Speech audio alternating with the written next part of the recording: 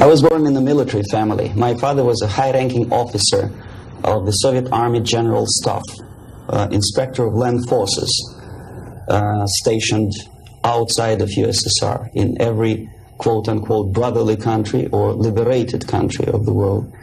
I graduated from Oriental Studies Institute, affiliated to Moscow State University, in 1963.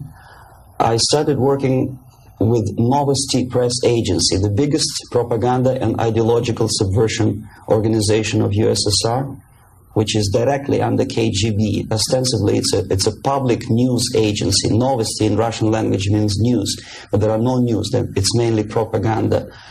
My first job was a translator with Economical Aid Group in India. We were building refineries and other industrial projects in public sector, socialist sector of India. My last job was press officer of the Soviet Embassy in New Delhi. I defected in 1970, landed in Canada, worked for several years as a producer of Canadian Broadcasting Corporation, overseas service in Russian language, similar to Voice of America.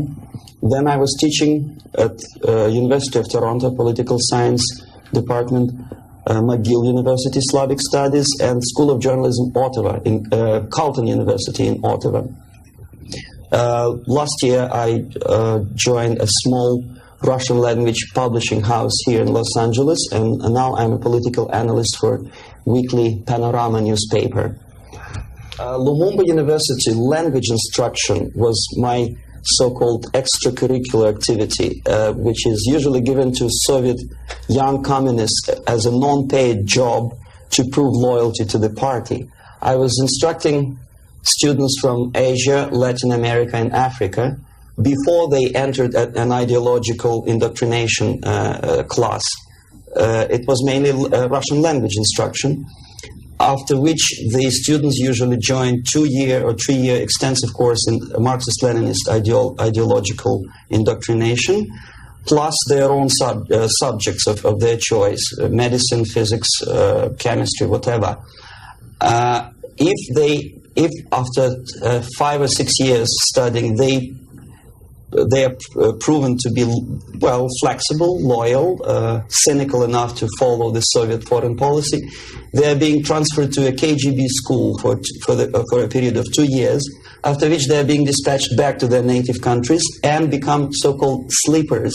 The word originated from sleeping. For several years, they sleep in their own countries doing nothing. Sometimes they're pursuing their own careers, become lawyers, doctors, teachers, taxi drivers, barbers, and they spring into action after many years of destabilization of their own countries as Soviet agents. Therefore, all of a sudden you discover well-established lawyers in a country like Nicaragua who are, for some strange reason, are bitterly against quote-unquote American imperialism and idealistically for Soviet Marxist-Leninist imperialism. I joined Novosti Press Agency before I graduated from the Oriental Studies Institute, where I studied Hindi and Urdu, 2 languages of Indian subcontinent. Urdu is the language of Pakistan and Hindi is the language of India. The journalistic part of my training was ordinary journalism, mass media, communication theories and studies.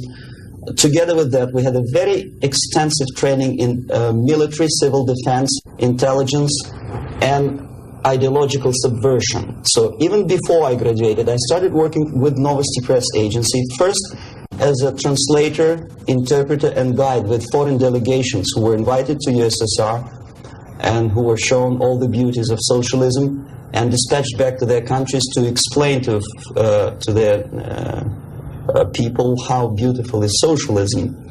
My role was directly linked with KGB activities of brainwashing and psychological assessment of these guests. If they showed any sign of flexibility, which means they showed that they were recruitable, I passed them over to professional KGB recruiters, and from there on they were actively being involved in ideological subversion and propaganda, both in USSR and in their own countries.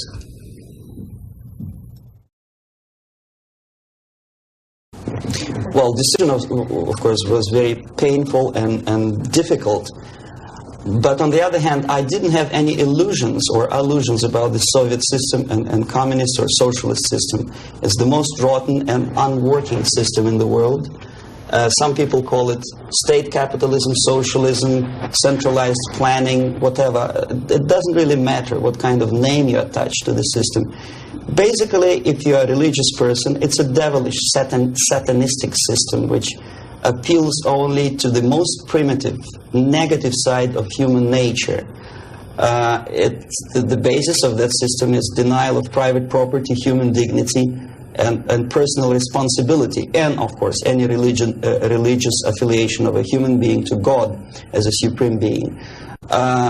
My dissatisfaction, disillusionment, if you can call it, because I never was illusioned with the communism, started as early as from age 6, I guess. The first shock was after the Second World War, when most of the children of my age understood that United States is the friend with whom together Soviet people defeated Nazism, German fascism, all of a sudden turned into an enemy. And all of a sudden the propaganda turned 180 degrees around, and we were brainwashed in the spirit of hatred to everything which is American. But how could you explain to a child of 6 years old who owes his survival to American spam, condensed milk, egg powder, and things which probably people never remember because nobody eats them these days, spam meat, you know what I'm talking about? How can you explain to them that these delicious things came from an enemy who wants to subvert and destroy us? It's impossible, because the child remembers when he was hungry, he was eating spam and drinking condensed American milk with the American eagle on the label. So all the efforts of the Soviet propaganda to convince me that America is bad was futile, naturally. That was the first shock. The second was this 20th Congress of the Soviet Communist Party, when Khrushchev revealed the atrocities of Stalin, terrorism, and murder, systematic murder of millions of innocent people. That was another greatest shock. And the third shock, of course, when I was already grown up, a student, invasion into Czechoslovakia in 1968. That was the last point. And when I was in India, acting as a Soviet official, a Soviet diplomat, I understood that sooner or later I have to defect and to explain what exactly I was doing in India. I fell in love with that country because at that time this country didn't do any harm to any neighbors, least of all to the Soviet Union. And yet we did so much harm to that country that I decided to defect and explain it, first to Indians, then to American politicians, intelligence communities, and media. Unfortunately, I didn't have much success because my stories were treated with a great skepticism. I was called paranoid, McCarthyist, fascist, Cold War maniac, and other names which I don't want to mention here. And it took me quite a number of years to understand that I'm talking to people who are trying to prevent average American from knowing the truth about communism. The basic methods are not that much different from activities of any public relation officer from any big company. Say Coca-Cola, I bet they have their own department of public relations and press relations. But the ultimate goal, the ultimate purpose is different. If Coca-Cola wants to make profit and to sell more Coca-Cola to nations of the world, the Soviet Union, the ultimate purpose of the Soviet system is not to sell anything, least of all ideology, is to destroy the civilization on which the affluence and freedom based, and replace it with a system of total control over life of human beings, the system of total exploitation. That's the ultimate purpose. My specific measures, which I was forced to do, unwillingly of course, but I had to do them just to promote myself further and further, is bribery, corruption, befriending politicians, members of parliament, influential scholars, members of civil service, businessmen. In other words, anyone who has any anything to do with shaping of public opinion in the interests of the Soviet foreign policy. That would include a long process which sometimes is unnoticeable to an average person. It's a long-term process which is called ideological subversion. It's unnoticeable as movement of a small hand of a clock. You know it's going around, but even if you watch it intensely, you don't see the movement. The eventual result is befriending these people and trying to get them involved in the activity in the interests of the Soviet foreign policy.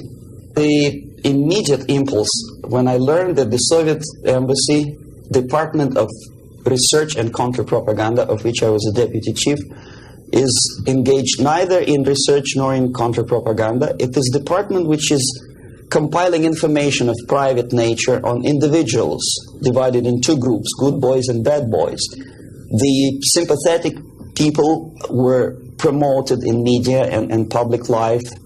The people who were opposed to the Soviet foreign policy were blackwashed, blackmailed, and destroyed, first morally and sometimes physically too.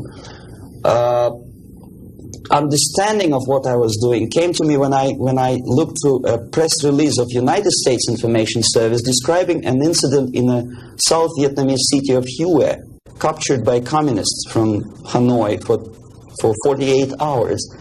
Then it was recaptured by United States and South Vietnamese armies, and to their horror they discovered that within 2 nights the communists could manage to round up more than 15,000 people and execute them. Most of these people were either sympathetic to the United States or to the Western culture, or directly involved in activities supporting United States President in South Vietnam, agents of CIA naturally, even barbers because they know too much. They were executed, and United States intelligence couldn't figure out how could they possibly do it in such short period of time.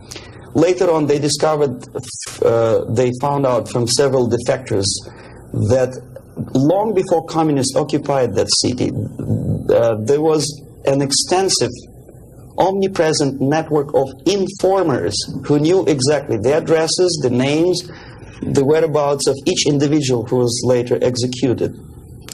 When I turned to my own files, I discovered that basically that information exists in my department. So it doesn't take much intelligence to understand what I was doing in India. I was compiling information. Comes revolution, these people would be executed. Indirectly, I was involved in a criminal activity, in mass murder. I decided to defect and explain it to Americans, and the response I already described. I was called a paranoid. But I decided to defect and try nevertheless. There's another long story. It's virtually impossible to defect in India simply because Indian government, under pressure from the Soviet government, if you can call them government. I don't call them government, I call them junta. They adopted a law as early as in 61 or 62, after Stalin's daughter defection especially. That law states that no embassy, no foreign legation on the territory of Indian Republic has a right to extend political asylum to any defector from any country, which is it's a masterpiece of hypocrisy. No other defector but a Soviet one needs a political asylum. If you are a Canadian or American, if you want to be nasty to your own government, the maximum you can do is just to pick up a phone and make a dirty phone call to your ambassador. Buy yourself a ticket and get lost. What happens to a Soviet defector under that law? If I knock a door of United States Embassy, by that law, the American diplomats have to turn me back to the Indian police, and Indian police takes me directly back to the Soviet embassy. And that's the end of my defection. So knowing that perfectly well, and having contacts both with Indian police and American media corps, I understood that the only way for me was to disappear for a while. And the best way I discovered was to mix with a group of hippies. Mind you, that was the time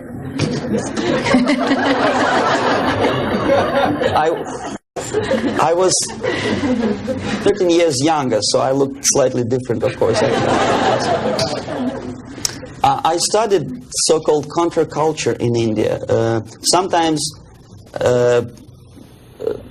good, sincere young people who wanted to study Oriental mysticism and culture and religion, but most of them were simply easygoing individuals who were delighted with exotic life and the easiness with which they can purchase hashish and other drugs in India. And sometimes they traveled Indian subcontinent without any identification papers. So the best way to escape detection was to mix with the group of hippies and travel in India until the campaign in the media and in the police search will subside.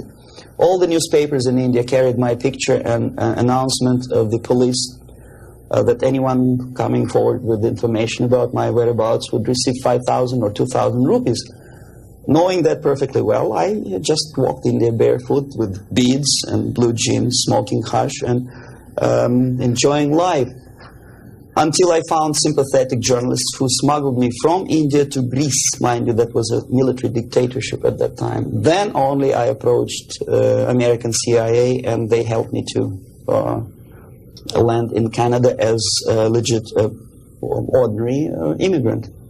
So now I'm a Canadian citizen, as you can see from my patriotic tie. Canada is a kind of middle of the road country where there are so many various ethnic groups that another strange character who speaks both Russian and English and two Oriental languages, I didn't have any problem fitting into academic circles, and first being just a student at the University of Toronto and later a producer with the Canadian Broadcasting Corporation. I think it was successful, and until and unless there'll be follow-up to that movie, it will remain as an open wound in the United States, as a scare tactic, which in this particular case I'm not sure whether KGB paid for production of that movie or not, but it's totally irrelevant. What is the most important, unless after seeing the tragic sequences of the nuclear attack, American population is not explained what to do about it. If you still stop at that and let it be, obviously, this is the scare tactic, this is the greatest harm done to United States by Americans, by American filmmaker. I bet Andropov and all his disinformation system could not possibly do that much harm to the United States. When you see something obviously sponsored by the Soviets, you understand, well, this is propaganda. You may or may not agree with this depending on your background and intelligence and education. But here it's a subtle approach, playing on the most sensitive strings of your soul, appealing to the most basic instincts of human nature, survival. But there are no answers. How to survive? Well, obviously, disarmament is not the answer. Simply because some people naively expect Andropov to blush out of shame and reduce the number of warheads. It doesn't happen this way. We are facing unresponsive, irresponsible group of people for whom nuclear war is not a theory, it's a practice, and the military strategy of the Soviet Union is designed to do nuclear war and to survive and possibly to win. I started my military training when I was 6 or 7 years old, when I entered secondary school, and I graduated in '63 after almost 15 years of continuous training as a junior lieutenant of reserve of the Soviet Army. And psychologically, every Soviet citizen is well prepared for war, nuclear war. And technically, he is equipped with facilities and the knowledge how to use it in case of war or natural disaster. It doesn't matter. Survival tactics and survival methods are taught extensively in various manners. They are exposed to documentary movies about nuclear war. They know the technical data of radiation or contamination of air and land. They know the organizational patterns of civil defense to such an extent that even if there is no nuclear attack, even if there is conventional warfare, each individual at a certain time knows exactly where to go, what to do, where is the shelter, whom to call by telephone, which is not the case, unfortunately, in the United States. I think if a bomb, ordinary bomb, maybe a stink bomb is dropped in the middle of Los Angeles, most of the people will not die of atomic radiation. They will die of panic. They will run, and the traffic jams and the panic will kill more people than anything else. And where do they go? Is there any literature about how to protect an individual? Is the medical first aid treatment? It's not taught to kids in the American colleges, unfortunately. For example, there's obvious tension in the world. Television newscasts inform American family about happenings in East and West Germany. And only at the last moment they decide to bring the canned food down to the basement. It's a sheer idiocy. Why not to have them in the basement at peacetime? Number two, there's very realistic picture of what happens when the first nuclear bomb strikes a big city, Kansas City, I think. And people a big panoramic picture shows almost an anthill when people are disoriented totally. That would produce love in Russia, because unlike that, Soviets know exactly what to do. There'll be much less panic, if at all.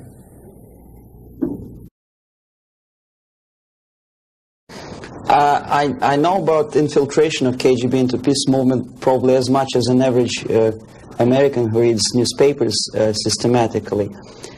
But I'm aware that the World Peace Council is a front organization of the KGB. Ramesh Chandra I know personally, both in India and USSR. I worked with delegations of various peaceniks who came to the World Congress of Peace Council in Moscow. I think it was in 1961 or 62. Yeah, it was before Cuban crisis. And at that time, they struck me as people who are pathologically unable to see the truth, not to talk about the military aspects. When as a translator and a guide, I used to take them to places in Moscow which are not supposed to be for foreigners' eyes. They didn't want to see it. They had their preconceived ideas. They were suffering from self-importance. They thought it's a great honor to sit in the Kremlin, in the Palace of Congresses, next to a debil from Kremlin, and talk about peace as if that person from Politburo means anything in peace movement.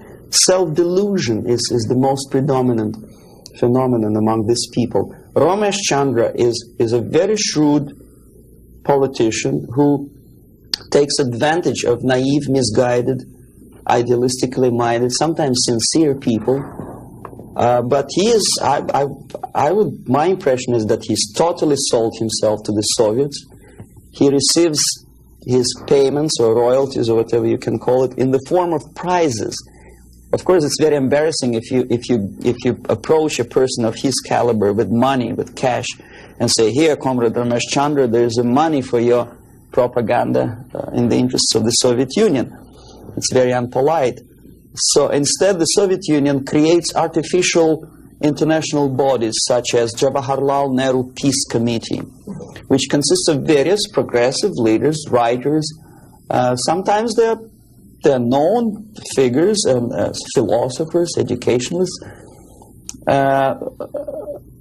Sometimes they probably feel that if there's no other possibility to express the desire for peace, at least there is some legitimate overt activity where they can express themselves. That's okay. And they think they are too smart not to see that part of it is Soviet propaganda. Okay, we are smart. We are not going to allow them to use us for propaganda purposes. This is wishful thinking, because after 5 or 6 visits to USSR, everything is paid by the Soviet government. After spending several vacations on a Black Sea coast in luxurious atmosphere with 2 or 3 nice girls, interpreters, lots of vodka and caviar, books published, vapid books which nobody reads in the United States, all of a sudden published in millions of copies in USSR in various languages, that tickles their ego. They think they're somebodies all of a sudden. It's difficult to resist the temptation. Ramesh Chandra is exactly that type of personality. He was approached at a very early stage, and he didn't have willpower and moral principles to resist the temptation, to resist the approach. And by now he's just a pawn in the game, high-ranking pawn. And if he is dismissed or dies natural death, there will be another, the line of people who would like to take his place. Yes, KGB takes very active part in the peace movement, and if these people were sincere as they say they are, they would start demonstrating in Kremlin, or I mean in Red Square, not in Washington, D.C., or in the Central Park in New York, or in Los Angeles. But they don't have courage, they don't have guts to go to Russia and protest against the nuclear armament of the Soviet Union. Therefore, I agree that they are misguided, but I think they are cowards. They are unprincipled, dishonest people. And there's no justification that they are misguided or poorly informed. It's their fault that they're poorly informed. There's enough information, there's enough possibility. In case of United States citizens, there's enough freedom to do what their consciousness should tell them to do. Go to Russia and protest against armament. It doesn't take much courage to take part in demonstration in Los Angeles. But if you're really genuinely concerned about peace, tell it to Brezhnev, tell it to Andropov, and we'll see how courageous and sincere you are. They don't do it. Well, the greatest strength, I think, is the basic principle of American democracy, common sense, and the value of the principles of private property and respect to human dignity and individual rights. The weakness is the permissiveness and lack of moral stamina, which, if you are a religious person, could be interpreted as probably alienation from religion, alienation from God. Thinking too much in materialistic terms, thinking in short span of time for pragmatic advantages, disregarding the perspective of civilization. Some philosopher, I forget his name, I was a bad student in Moscow, said that the level of civilization is in direct proportion to the time span that human being thinks in future, for future. The least civilized people live today, this minute. The more civilized nations think about tomorrow, 10 years from now, 100 years from now. Well, this is one of the definitions of... Unfortunately, Americans are made to think in shorter and shorter time span terms. This is the greatest weakness. So therefore, enjoy life and make love, not war. I think that willpower and revitalization of traditional moral values and principles is the most desirable thing now, today. The sooner the better. The things, the principles and values on which the affluence and success of American civilization depends and based upon should be immediately revitalized and brought back to school programs, to media, and let's face it, propaganda. I'm not afraid of this word, unlike the left liberal journalists who think, oh, well, it's propaganda. I don't see anything wrong in propagating the basic moral principles and values on which America is built. Willpower, faith, unshakable faith that this country, this civilization is right and the enemy is wrong. No amount or no number of nuclear warheads and no size of the army will help United States to survive, whether there's nuclear war or conventional warfare. Vietnam proved very clearly that with all the technology, with all the supersonic bombers and napalm and whatnot, electronic gadgets and cold beer and Coca-Cola, you cannot defeat an enemy unless you are fighting and have faith in the righteousness of your fight. So that's the most urgent thing, I think. Wake up and convince yourself that you're on the right side. There should not be no neutralism or objectivity. Or objectivity is good when you are discussing philosophical concepts. In today's world, if you are neutral, you are already an enemy of your own country. You have to actively take part of your country, your side. One of the reasons of my defection is that I took side. I was decided to take part, to take choice, to make my own personal choice. For some strange reason today it's very fashionable, it's considered to be an intellectual chic, not to take sides. Academic media, academic circles, Hollywood stars, politicians, they think it's very fashionable, it's intellectual to be non-allied, non-committed, neutral. It's not intellectual, it's suicidal.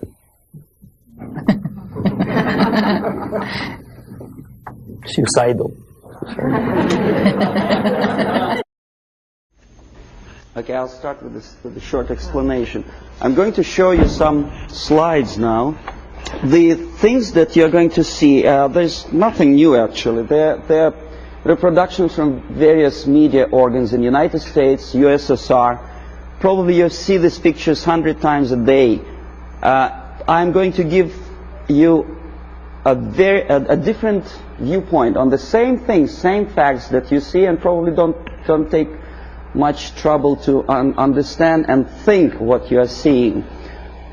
I don't know if you heard my introduction. I'm an ideological subverter, yes, from Russia. Okay. Okay, the idea of showing the slides to you is just to provoke questions in your mind, and later on, if you still have patience with me, I will explain how exactly the system of ideological indoctrination and subversion works. Well, we know that we are living in a time of peace, and we know that recent walkout from the Geneva talks by the Soviets is centered around the nuclear arms and rockets. We don't see much about the Soviet preparedness, a Soviet viewpoint on the military strategy. Well, this is a selection of pictures, only pictures. Confucius said that one picture tells more than 1,000 words. These pictures are from everyday newspapers in USSR. This is what the Soviet citizen looks upon every day. Basically, this is a militaristic spirit, pictures of foreign delegates observing the rockets passing the Red Square. The idea of invasion, unlike in the United States, is not being criticized by the Soviet media at all. On the contrary, it's being forcefully encouraged from the age of, say, 5 or 6 year old. Every Soviet student or schoolboy has to go through military training. This is a picture from a special military school where young kids, well, maybe 4 or 5 years old, are being trained to be future officers of the Soviet army. That's what they do when they grow up. These are the Soviet sailors, Navy officers in a foreign country.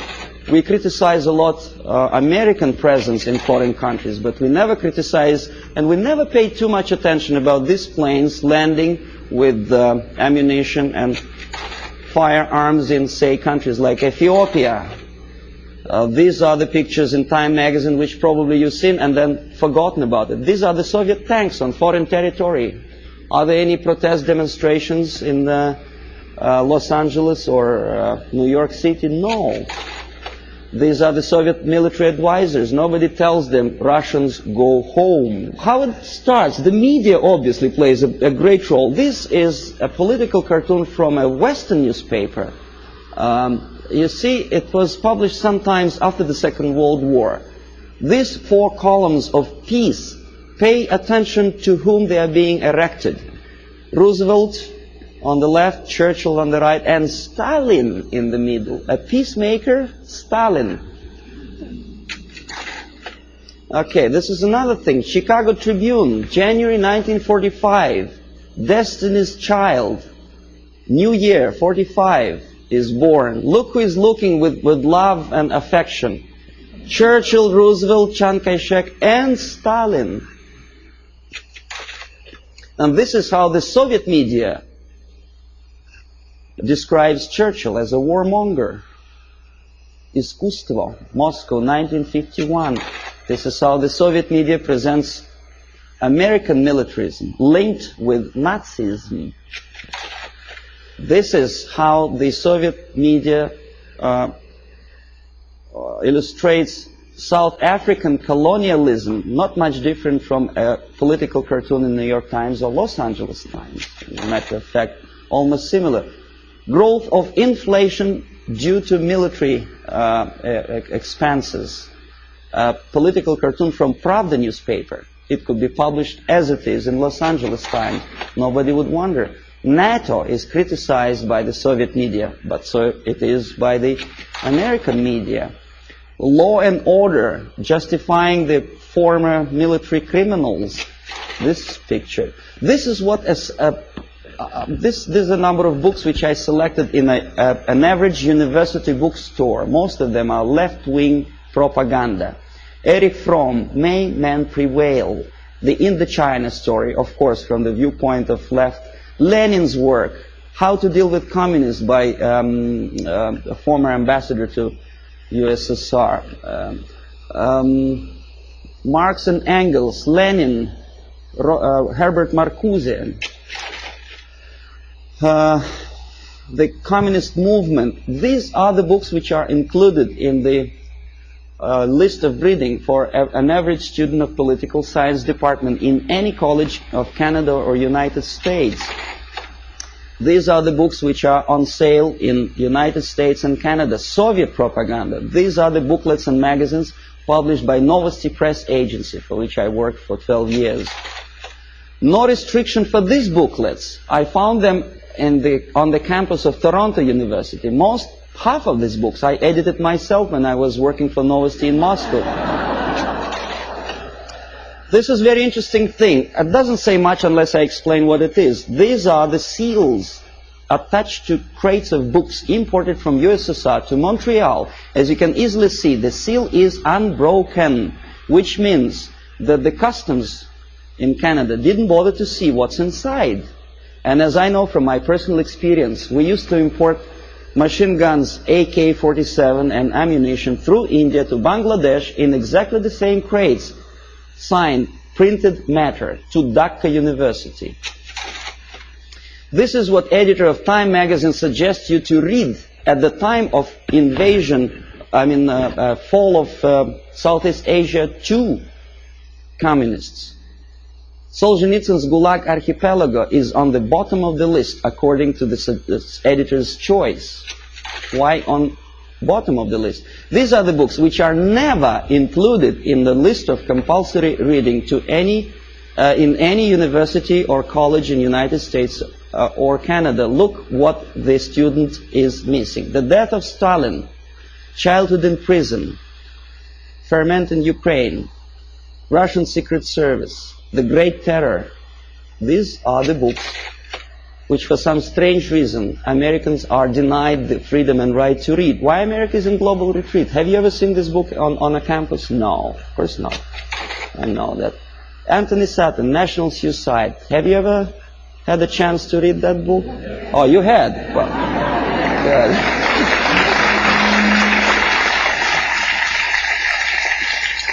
This is another very interesting thing. A description how drugs penetrate into Western society originated in communist world. For some strange reason, that textbook is never included in the list of compulsory reading for students of political science or international affairs. This is the book written by a former member of Communist Party in Czechoslovakia, explaining the tactics of subversion. For some strange reason, it was not published in the United States or Canada. The author had to pay for the publication himself after defecting to the West. This is another interesting example. Exoneration and Ultimatum, written by Richard Romer, a science fiction novel about invasion of the United States into Canada to expropriate the oil and natural gas resources in that neighboring friendly nation. Why it took invasion, I don't understand. 51% or more of the companies are already belong to the United States. In Canada, as probably you know already.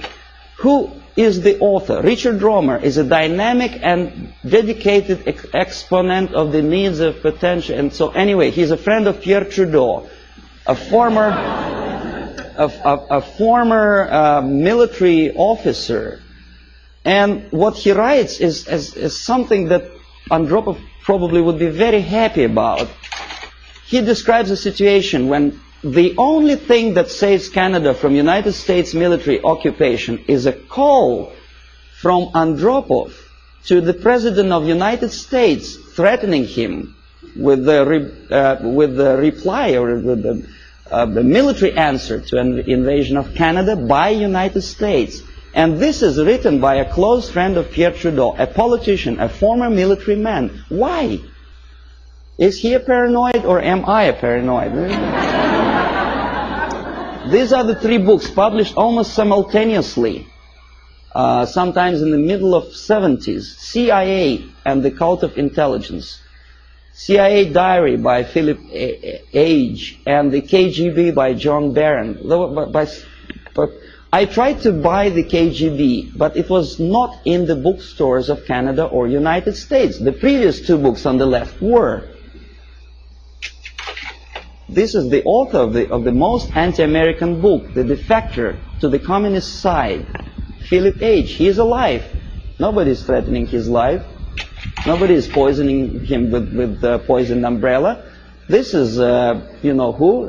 He is criticizing CIA for developing a gun to kill communist agents. And he tries to present it as a crime on behalf of United States Intelligence Agency. Why is it a crime? To defend you from the communist agents and to develop a secret gun, which is silent, is a crime. Is there any logic? I don't see any. This is the fellow who also criticizes the United States CIA for developing technical means of bugging USSR embassies on the territory of United States. Why not? I don't see any reason why not. But Mondale obviously does. He knows better. These are the authors who published lists of American agents stationed all over the world. They are alive. They actually made quite a lot of money on that publication. And this is the victim. The chief of CIA in Greece was killed when the book of the previous two Americans was published. This fellow is dead. The other two are not. Siberia in 1971 was visited by a group of politicians from Canada. And this is the report about that visit. This is the group. We're shaking hands with the Soviet ambassador. This is a Soviet technical miracle. A pipeline on thermofrost or something. In other words, what Canadians were doing in early 60s is presented to Canadian public as an achievement, a great technological achievement in USSR. This is the route of their travel in Siberia. The Canadians covered that much of distance. Please remember that map. I will come back to that question. This is a book published by a Canadian author, Farley Mowat. By the way, Never Cry Wolf, a movie which is made on the basis of Farley-Mowatt's book. He's a nice fellow, drinks a lot of vodka. He was a guest of Novosti Press Agency, which I was working for. This is another book written by Farley-Mowat after returning from Siberia. He was accompanied by a person like myself, a Novosti Press Agency journalist. Glorification of Siberia. This is what this is the route, I promised you to come back to that map, which Farley-Mowat, a Canadian progressive writer, covered when he was in USSR. This is what he makes Canadians to believe Siberia looks like. It does, of course. Baikal Lake is a very beautiful natural phenomenon. A nicely dressed Soviet Eskimos or Chukchas, I don't know, some ethnic minorities, friendly talking to each other in fluent English.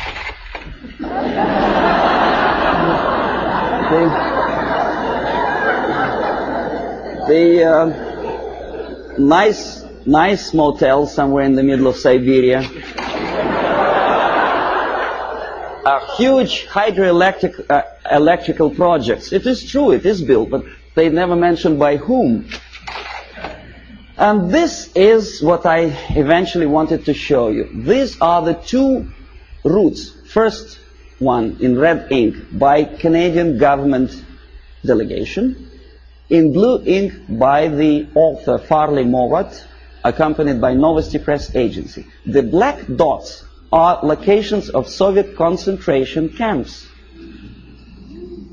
These people were shown the places where the slave labor is being used by the Soviet government, if you call them government. I call them junta of mass murderers. But there is not a single mentioning, not a word, that those beautiful electric stations were built by slave labor. This is what Canadian reader will never see in the report by Canadian politicians or the progressive writer Farley-Mowat. You say, well, that's Russia. This is not a kindergarten. This is a prison for children of prisoners. These are the houses. If an American contractor would build a house like that, I think he will end up in jail.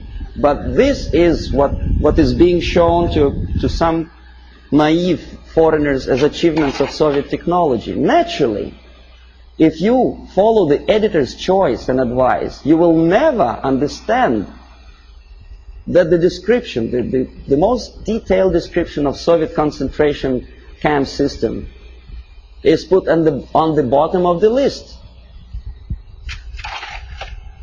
You say, well, maybe in USSR, the concentration camp is nothing surprising. Well, this is a concentration camp in Southeast Asia, in Cambodia. Same thing. Slave labor. This is what happens to slave laborers when they don't obey the orders. They are being executed, not by firing squad, because bullets are too expensive, by shovels, crushing skulls. This is the victory of communism for you. This is what happens to their children. And this is the originator of this slaughterhouse, Cambodian Premier Pol Pot, during interview with Time magazine. Very nice, plump, fatherly image. You are made to believe that Holocaust happened during the Second World War is something that may happen again. It may. But the originator of it may not necessarily be the Nazis. We don't have any Nazi submarines roaming around the shores of the United States and Canada.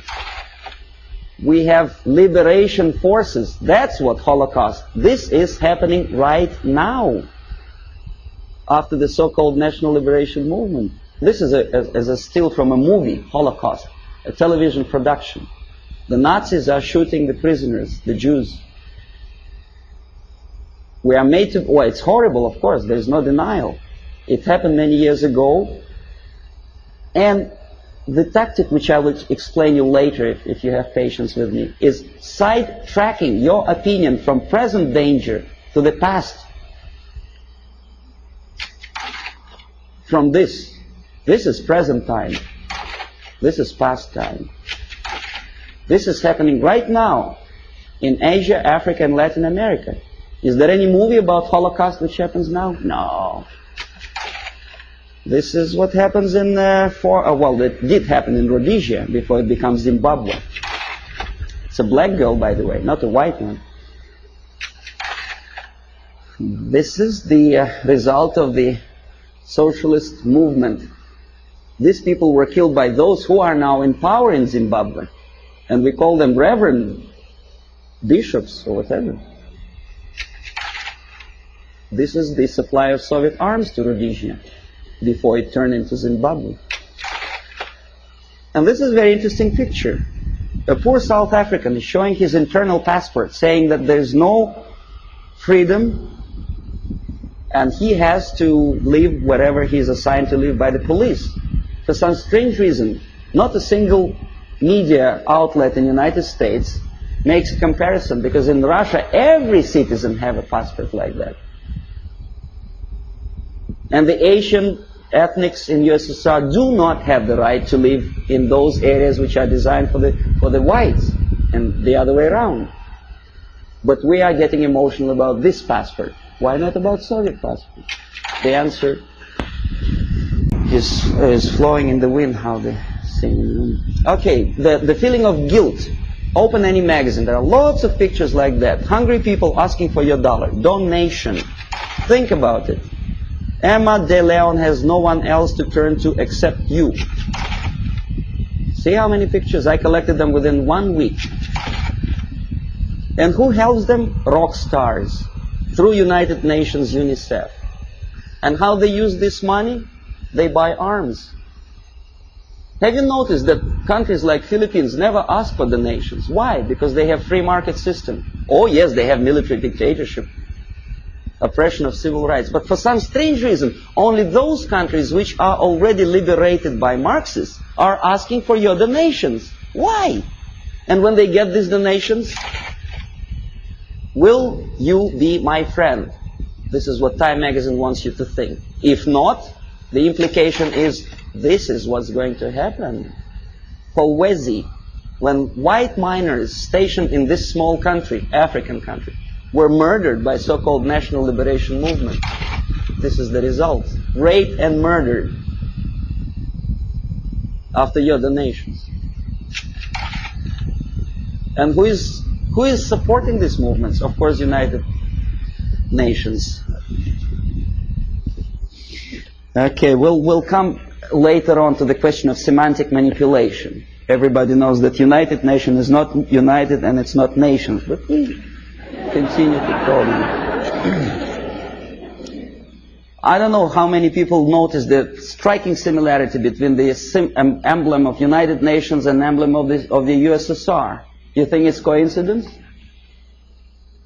The symbolism is obvious, unless you are blind, of course. And the creator of the United Nations Charter is an American, Alger Hiss, standing next to Comrade Molotov, sitting there on the left.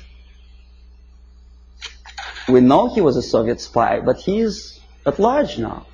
Alger Hiss, he's a lawyer, a respected citizen of the United States, a former Soviet spy. Well, you know, this guy is Daniel Ellsberg. He published secret papers of Pentagon. Why not of Soviet military-industrial complex? He's a respected citizen of the United States. Dr. Spock, Agony of Vietnam. I forget what's his name. Oh, yeah. How many men has to die before they understand I don't remember the lyrics of the song, but it was a very impressive song. When I was a Soviet student, I almost cried when I listened to that. And I thought, my God, what a nice fella. John Baez, very nice couple of kids. Jane Fonda, she was crying on location in Vietnam, beautifully filmed by American Hollywood filmmakers. What is she doing now? Did she ever defend both people? Did she say a word in defense of Vietnamese? or say about horrors of coming out of this. No, she's busy preaching the health or whatever. And also, she takes part in demonstration against South African racism. Not about this. And not about this. This is liberation movement warriors. Jane Fonda didn't say anything about that racism.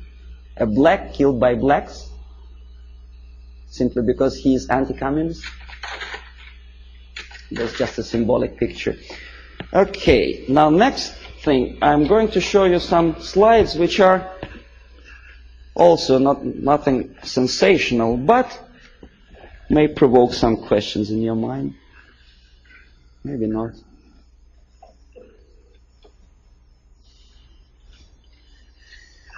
Okay.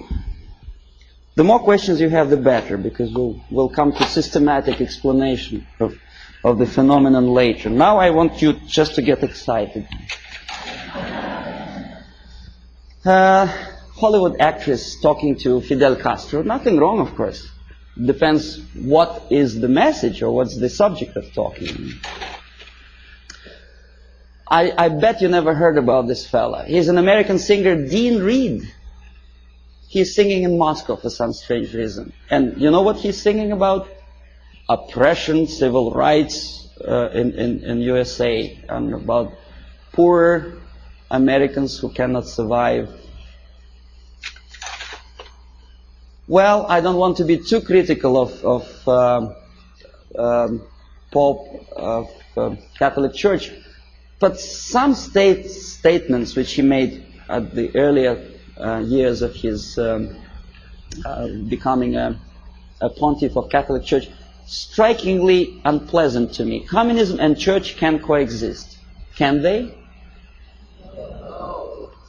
Well, you should ask Russian Orthodox priests who were literally exterminated by the Soviet communists. Communism and church can coexist. I don't think so. Catholic Times. I collected this newspaper in a Catholic church, which I attend, although I'm Orthodox Christian, as Russians, most of them are. But I do come to Catholic church because my wife is a Catholic, so I don't see much difference, because God, I suppose, is one, so Jesus Christ is also the same, which church, whichever you go. But Christians and socialism is something that doesn't really appeal to me. I don't know, how about you? Social justice central to gospel, is it? I never heard about it. Join with Marxists? It's from the same newspaper. And that's how they joined with Marxists. Nicaragua, before Sandinista came to power. A priest with machine gun behind his back. And the machine gun, of course, Kalashnikov, if you know anything about machine guns. Okay, then there are some strange deviations from religious path. What's his name? Jim Jones. Reverend? Nice looking guy with adopted kids, and shaking hands with the politician, Mayor George Moscone in 1976. Very nice. That's how it all ended, you remember. More than 900 people who poisoned themselves together with their kids in Guyana. This is a very interesting picture. It's not very clear. Instead of Jesus Christ, they put a naked lady, you know, in the church. Strange, huh? Of course it's strange. Crucifix of a woman for Palm Sunday. Boy, Jesus Christ would turn in his grave if he were engraved.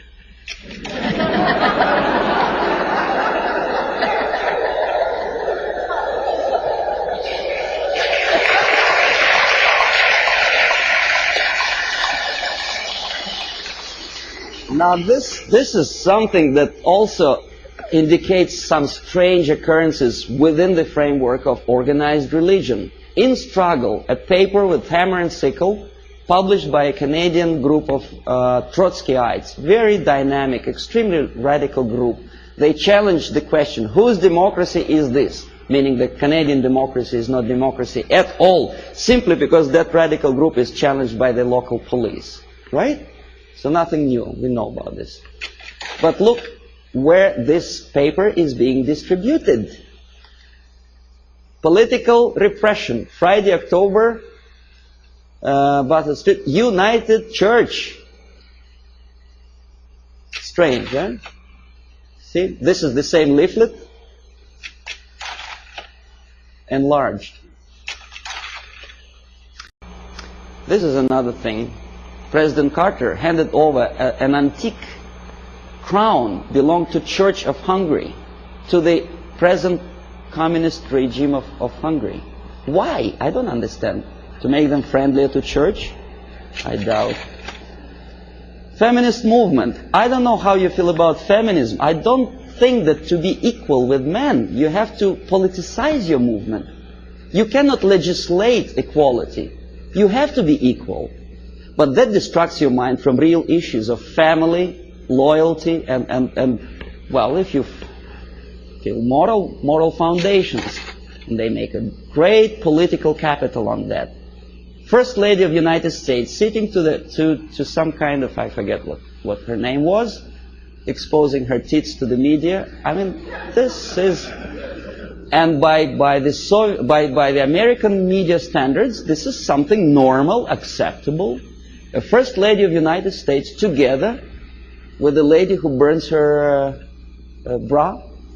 I don't know.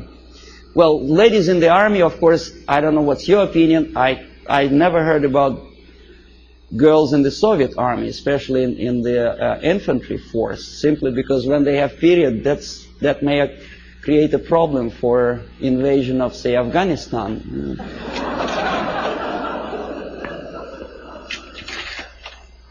Again, the homosexualism. To be honest, me personally, I don't like the idea of homosexuality. I think it's unhygienic. But homosexuality in the army, making heroes of them, gays on the march. Why? Why to have copulation in a natural manner deserves a public opinion, attention, and a political force? Why to politicize something which doesn't belong to politics at all? In the Soviet Union, we have a joke: don't mix politics and prostitution. They are already mixed. We know perfectly well this. The medical science proved that homosexuality leads to distortion in human psychology. This fellow killed 15 kids after molesting them sexually. We know that most of the agents who were recruited by KGB, including McLean and Guy Burgess, were homosexuals. But we are reading in the media that this is something acceptable. More than that, we are made to believe that these people deserve equal rights and respect. Well, that again is a debatable question, whether to like or not to like certain type of music. Me personally, I don't. These two nice ladies, one is younger, the other is a little bit older, both of them wanted, for some strange reason, to shoot President of the United States, defending the environment of the United States, the green trees and vegetation. Why it takes death of United States President to defend the environment, I don't understand. If you do, please explain. Then, of course, glorifying all kind of national liberation leaders, we naturally provoke our own kids to go into some strange liberation movement. You know who I'm talking about. This is the girl who was abducted by terrorists, and then she became terrorist herself, a daughter of a wealthy publisher. Naturally, there are thousands, millions of kids who loved, adored her courage. This is Comrade Carlos. You know who he was? He was trained and educated in Lumumba University, where I was teaching Russian language to the likes of him. That's the result of the activity when they come back home. Aldo Moro was killed by Red Army terrorists who wanted to liberate Italians from something. I don't know from whom. These are the persons who were part of Baader-Meinhof gang. And this is a person who also liberates someone from someone. I don't exactly know, obviously, Indians from whites in the United States. But pay attention what he holds in his hand. It's Kalashnikov, AK-47. I know it by heart. I can put it apart with my eyes closed. War on terrorism. Does it exist? Apart from verbal war. This is what I have collected on a campus in Canada. Carleton University, Ottawa. Left-wing tabloids. That's how they instill in the minds of people, young people, that to fight is the only way, the violence, death is the only way to achieve rights of Palestinian people, other people, Quebec separatists, and jobs and peace. Obviously, you cannot get job if you spend all your time walking up and down streets with posters like that. You have to go to a place where the jobs are. And of course, to find a job, the most unsuccessful way to find a job is to read papers like that. Don't feel like working. This is something another. This is a Playboy magazine. Probably you heard the story about Larry Flint, how successful is he to attract attention of media and public opinion by doing crazy things, getting involved in court case of the car manufacturer. Why he wants to do it, I don't know, but what he does attracts some strange mass attention. Playboy magazine makes jokes about Russian sex. That's the image they want to present to American people. But they don't explain to American people that the process of demoralization is not a question of joke. This is Portugal after socialists came to power. On your left is a prostitute who was imported from East Germany to Lisbon. A communist prostitute in a country which is just had its successful socialist revolution. Very interesting. What for? To make money? No, I'll tell you later. On the right, pornographic literature in a country with strong Catholic moral principles. Well, I don't know how many people of you like to drink alcohol. I did. But I noticed that some ads in magazines have some strange desire to joke about alcohol. And the jokes are closely related to justification of Soviet, Russian presence. A prominent Russian joined the secret service. Something to joke about while you drink vodka. I don't see any humor in that. Do you? I don't know. Okay, this is a number of advertising of alcohol for which Canadians get into hot water. Comes the revolution, anyone can drink McGuinness vodka. Alberta vodka is superimposed on the picture of cruiser battleship Aurora. I don't know how many of you know that this is a historical relic in USSR. The revolution, communist Bolshevik revolution started with the cannon fired from that battleship. And obviously Soviet embassy was insulted, so they sent a protest note to Pierre Trudeau. And the picture was removed from the magazine. When I was teaching at Carleton University in Ottawa, my superiors forced me to do an IQ test with two groups of my students. The idea was to answer about 100 questions, to give answer, yes, no, or undecided. The more undecided or negative answers you give, the more, according to the compilers of this test, you are adaptable and useful to society. The more positive answers you give, the more questionable is your adaptability and usefulness for your country. This is explanation how to score, how to count the scores. And now see the questions. Telling dirty joke is bad. A good soldier is a patriot. Yes, no, or undecided. Think about it. Every communist should be run out of the country. Yes, no, or undecided. The Bible is the greatest source of truth. Right? God is everywhere. A person who kills another person is a murderer. Yes, no, or undecided.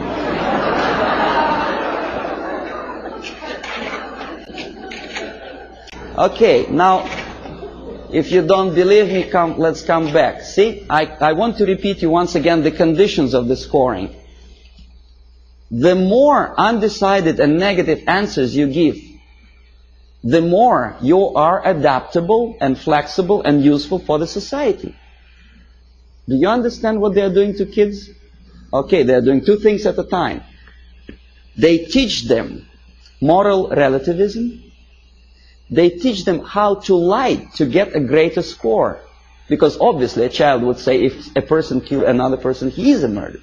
But for the sake of getting a higher score, obviously a student would put no or undecided. So you teach your kid how to lie to be successful and to look adaptable and useful for society. Well, obviously I had to do that test, but I added one more question to that thing. My own question. I said, what kind of society you are going to be useful to?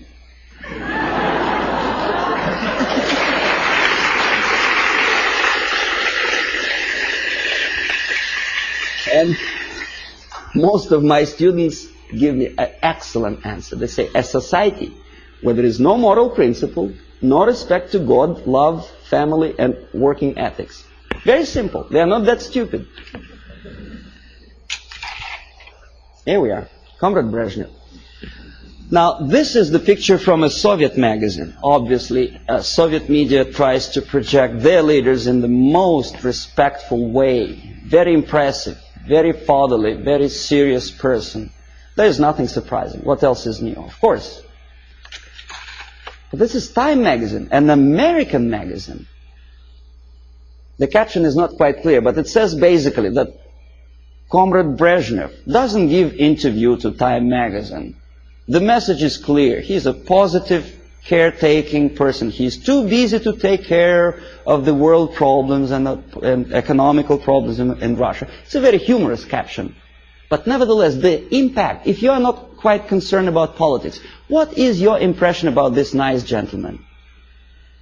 Nice, smiling, tired, well. And this is how media presents your leaders.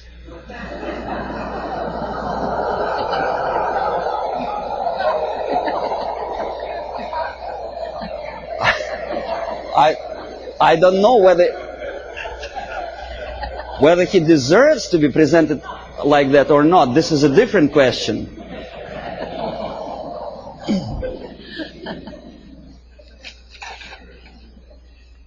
This is Prime Minister of Great Britain about 10 years ago, together with Beatles. You may or may not like Beatles. Me personally, I don't like them.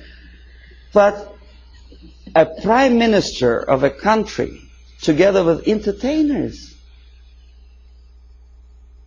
The Queen, Her Majesty Queen, knighted Beatles, a highest honor which previously in all times was given only to the most deserving patriots of the British Empire, was given to a bunch of monkeys.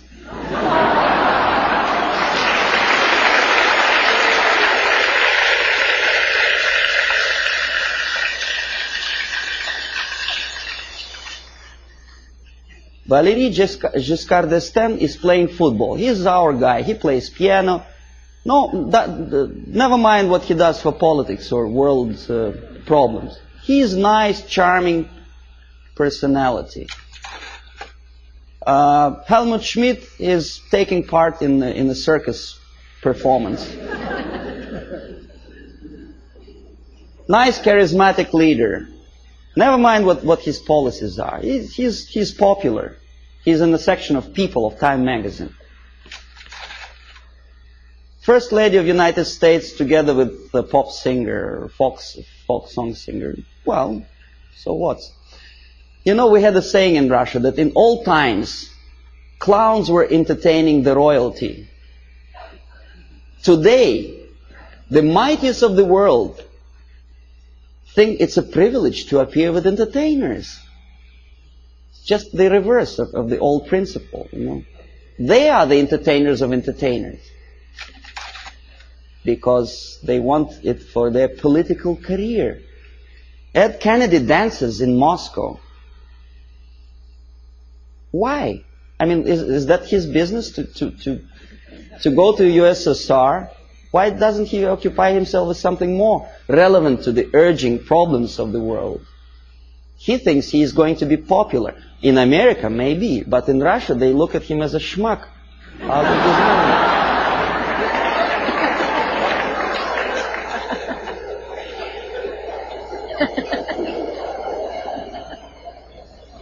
Senator McGovern is talking to a gorilla somewhere in Africa. Not the gorilla monkey, but a young member of National Patriotic Movement.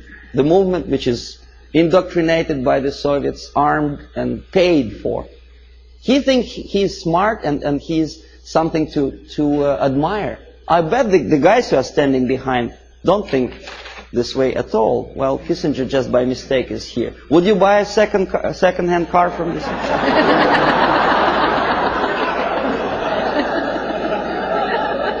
Pierre Trudeau, Prime Minister of one of the most developed industrial nations, independent nation in the world, is befriended by Fidel Castro. If you remember, Canada never stopped trade relations with Cuba, despite the urge from the United States government's administrations not to sell Cuba strategic technology and materials. No, he wouldn't listen to the United States. He smiles at Fidel Castro. Meanwhile, his wife, estranged wife, Margaret Trudeau, is talking to rock star. I forget his name. That's it. That's him, right? And he is posing for pictures like that. That's the Prime Minister's wife? That's her too. In French Riviera, with some Hollywood actor. Why? 50 years ago, for a thing like that, a Prime Minister would have to resign. It's a shame for a nation. Not anymore. Okay, now détente. That's another debatable question. Why we are so happy, Comrade Nixon?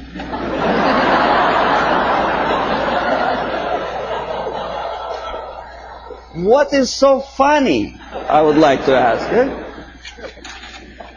Yeah, smile again. Why? He's standing next to a mass murderer and he's smiling. Why? Pierre Trudeau also attentively listens to Comrade Brezhnev's, I don't know what.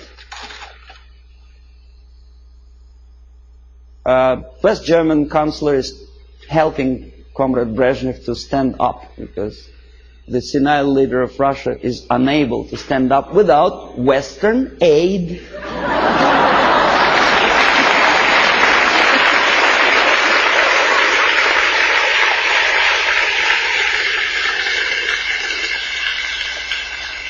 Well, you may say, well, it's West Germans, they're too close to Russia, probably they do it just in case. Okay, here's the same thing. Carter is helping. The president of the mightiest power in the world, United States, is helping Comrade Brezhnev. You remember the incident when Brezhnev almost stumbled down the staircase somewhere in Vienna, of course. And thanks to Carter, he didn't fall. Andrew Young is talking to a dictator in Africa. Again, McGovern, I think, is talking to Agostino Neto, a Soviet puppet in Luanda. Why? Is it that necessary to be friendly, to smile at each other? Now we're coming to space, from Earth to space. Clouds over the space program. Why clouds? Mind you, this is after 3 or 4 successful landing on Moon. Why clouds? Okay, here's 2 pictures. Left, Soviet cosmonaut walking into Kremlin Hall for a ceremonious reception. On the right, 2 American cosmonauts casually watching TV. On the top, Soviet Politburo talking to the space pilots on orbit. On the lower picture, Lyndon Johnson with, I think that's Glenn, no? An American spy pilot. Now, even if you don't know anything about the theory of information, the comparison, mind you, this is a French magazine, it's not the Soviet propaganda. The comparison of the size of the pictures gives you the message already. What is more important? What is more impressive? Here, a picture from Soviet newspaper Pravda. A Soviet schoolboy compares two replicas of Soviet Soyuz spacecraft and American Apollo. Friendship in space, détente, right? Pay attention to the size of the spacecrafts. They are almost identical, right? Now this is what the size, almost actual size is. The American spacecraft is on the left. It's almost twice as big as the Soviet one, right? Okay, this is a Soviet picture. This is an American picture with true sizes. Okay? You say, well, Soviet media, of course, tries to diminish the successes of the American space program. Now, this is an American media. On the left, a Soviet moon walker or Soviet probe on moon. On the right side, an American space Volkswagen, as they say. It actually was used on the surface of moon. The sizes are almost identical, right? Wrong. The thing on the left is the size of a tea kettle. In other words, about 100 times smaller. But Time magazine does not explain it to the readers. An average person in the United States has an impression that the junk on the left is as important and as successful as the masterpiece of technology produced by American mind and ingenuity. Okay, you remember Skylab? There was a time when it just about to fall down on the United States or any other country. And the Pentagon was very worried. There were pictures, there were discussions on TV. Some strange characters even started joking about it. See the Skylab target. A lot of emotions expressed about the failure of United States Skylab. A lot of bitter opinions were expressed about the unnecessary spending on space research. But when Soviet nuclear-powered satellite fell on the territory of Canada, there was no protest demonstrations, there were nothing like that. Nowhere in the world. Ask yourself why. According to some information, this was not a satellite at all. It was a flying atomic bomb. Canadians spent something like $15 million just to find the junk on their own territory. Thanks God it fell in inhabited areas of Canada, in Northwest Territories, where only penguins live. Well, what if it fell on Toronto? A flying nuclear bomb? Oh boy. But no protests. Here, Soviet ambassador Anatoly Dobrinin happily looking at the linking of American and Soviet spacecraft. In where? In American Grounds Control Center. This is a picture from Time magazine. This is also a picture from Time magazine. Soviet citizens are watching the same moment, linking of spacecraft. Think about it. Compare. Here, happiness. On the right, American representative of the NASA and Dobrinin, very happy. That's how ordinary Soviet citizens think about the farce in space. They understand perfectly well that linking spacecraft in space is just a fake. It doesn't mean anything. Look at their faces. They are sad. A dream was realized. Was it worth the price? pessimistic question, right? After all the successes of American space program, the media tries to instill in your mind a doubt, pessimism. Why? Oh, this is a frog.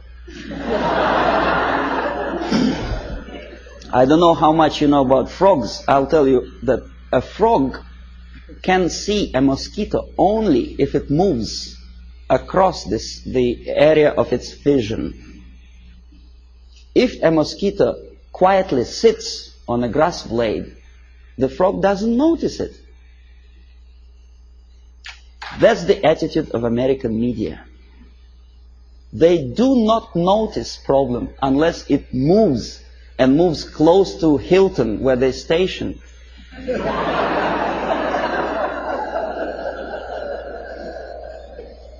These are the people who may file a suit against me if I call them liars, but that's exactly what they are. They've been lying to you for years and years about the situation in Vietnam, in Russia. They were selling commercials, deodorizers and cars. And they sold you a rotten information, disinformation of what happens in the world. They have a vision of frog, but they look like semi-gods to you. And if I challenge their credibility, probably the people will call me a paranoid or a very nasty person. I may be a nasty person, but that's my opinion. I was a person who used to take these people for a ride when I was working for the Soviet side. Okay, if you don't believe me, here, one of the most conservative newspapers, in this particular case it's a Canadian newspaper, the Globe and Mail, editorial page. Nothing special, right? The malaise of liberal democracies. Saving Bhutto, former president of Pakistan, called priority. And then there is another article on the right here. US out to dominate Pacific, Russians claim. Well, obviously somebody's opinion, right? Nothing unusual for an average reader. Russians claim that United States out to dominate Pacific. The idea is that, well, United States is obviously aggressive and they want to dominate something and Russians are unhappy about it. Somebody says. You read an article and probably you may agree or disagree, but you have a feeling, the message of urgency. The nasty Americans again out to dominate Pacific. Now look who is the author. Alexander Malishkin, Novosti Press Agency. Not a word. Who is Malishkin and what is Novosti Press Agency? An average reader will accept this article as a legitimate, overt expression of an ordinary journalist. It is not an opinion. It's a fabrication by an extension of KGB. Novosti Press Agency is an organization for which I worked for 12 years. This is highest example of dishonesty and disinformation. Just one line more would explain to an average reader what is that he is reading. But alas, there is no explanation. Now this is the monument to Mother Russia in former Stalingrad. Now it is Volgograd. The statue is designed to instill feeling of patriotism and I don't know what else. Pride maybe for the motherland. These are the pictures of construction, high-rise apartments in Moscow, glorious achievement of Soviet technology, caviar as an average staple food of Russians. These are the minks and furs that Soviet citizens wear. You know, that's how they look when they relax. Fat, nice ladies, you know. You think it's Soviet propaganda? No, comrades. This is also some fashions, latest fashions from Russia, right from Kremlin, for an average Soviet housewife. Well, obviously, it doesn't take much intelligence to understand that this is not quite true. And obviously, it has something to do with the Soviet propaganda. The myths and the realities of the KGB, you see, you don't see the... From Stalin to Kosygin, The Myth and the Realities, by Avril Harriman, a former ambassador of the United States to USSR. Very complimenting article to the Soviet system. And this is where it comes from. You thought it was from a Soviet magazine, right? No, it's from Look magazine. An American magazine which published that crap. If you don't believe me, I'll tell you that I was a person who accompanied a group of journalists from Look magazine when they came to Moscow on invitation from Novosti Press Agency. I made them to publish that thing, for which I was awarded, I received the bonus, a free ticket to Italy for a week.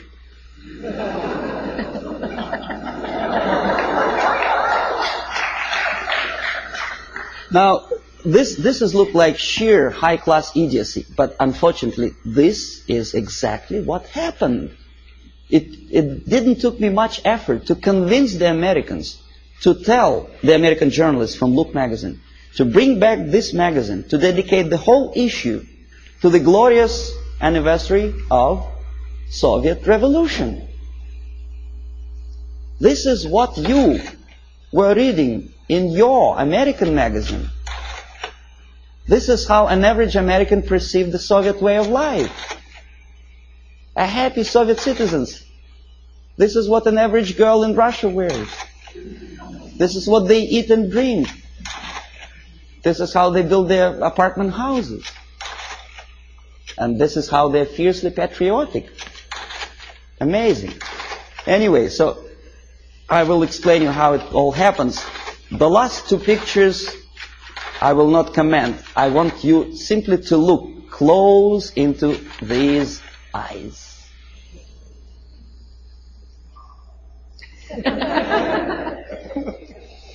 This is the person who wants to liberate you. Wanted, at least. Not anymore. He is dead. But there are many other people with the same type of eyes.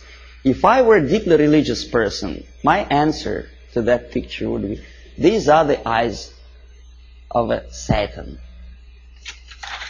Yes. Nice fellow, right? United Nations celebrated back in 1969, I think, the 100th anniversary of his birthday. The greatest leader of mankind. God forbid us to have leaders like that. Well, that's all. Well,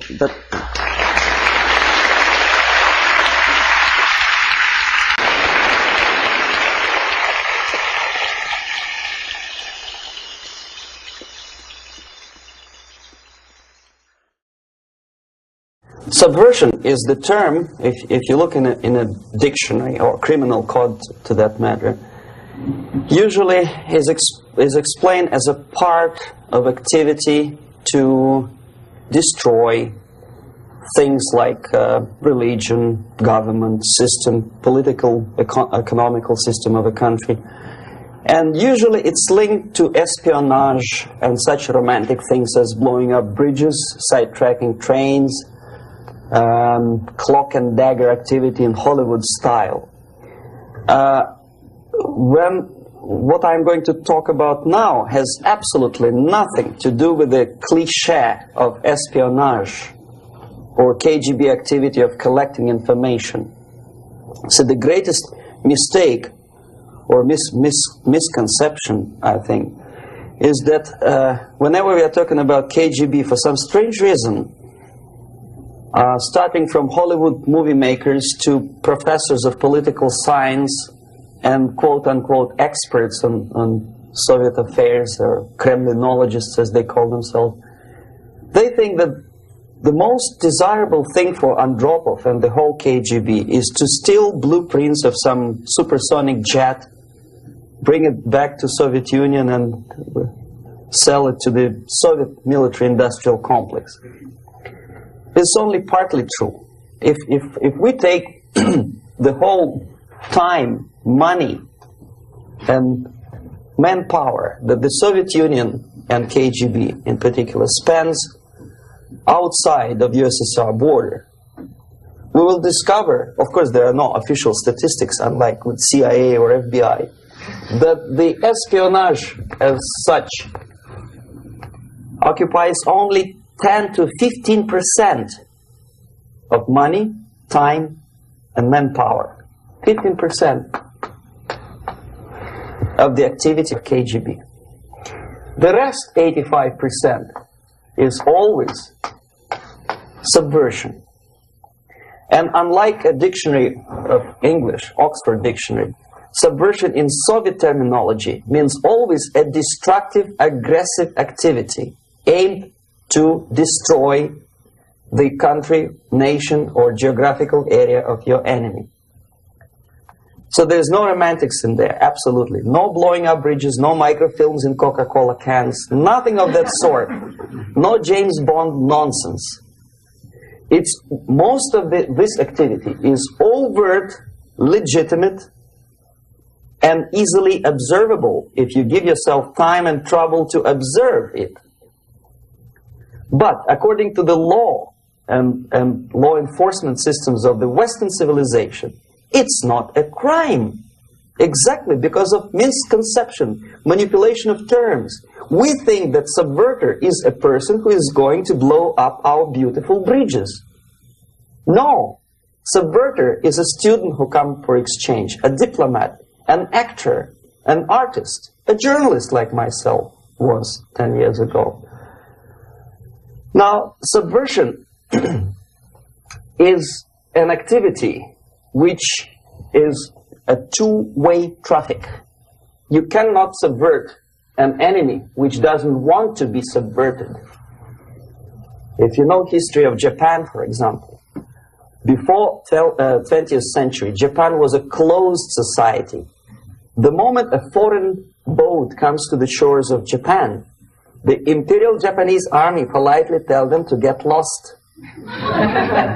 And if American salesman comes to the shore of Japan, let's say 60 or 70 years from now back, and says, oh, I have a very beautiful vacuum cleaner for you, with the good financing, he says, please leave us, we don't need your vacuum cleaner.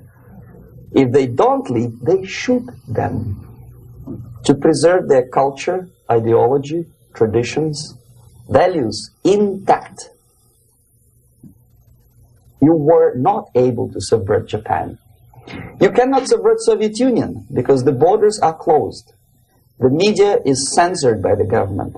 The population is controlled by the KGB and internal police. With all the beautiful glossy pictures of Time magazine and Magazine America, which is published by the American Embassy in Moscow, you cannot subvert Soviet citizens because the magazine never reaches Soviet citizens. It's collected from the newsstands and thrown to garbage can. Subversion can be only successful when the initiator, the actor, the agent of subversion has a responsive target. It's a two-way traffic. United States is a receptive target of subversion. There is no response similar to that one from United States to the Soviet Union. It stops halfway somewhere. It never reaches here. The theory of subversion goes all the way back 2,500 years ago.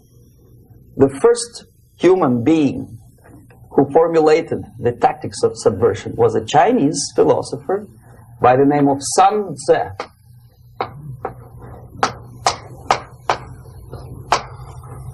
2,500 years BC. He was an advisor for several imperial courts in ancient China. And he said, after long meditation, that to implement state policy in a warlike manner, it's the most counterproductive, barbaric, and inefficient to fight on a battlefield. You know that war is continuation of state policy, right? So if you want successfully to implement your state policy, and you start fighting, this is the most idiotic way to do it. The highest art of warfare is not to fight at all, but to subvert anything of value in the country of your enemy, until such time that the perception of reality of your enemy is screwed up to such an extent that he does not perceive you as an enemy, and that your system, your civilization, and your ambitions look to your enemy as an alternative, if not desirable, then at least feasible. Better red than dead.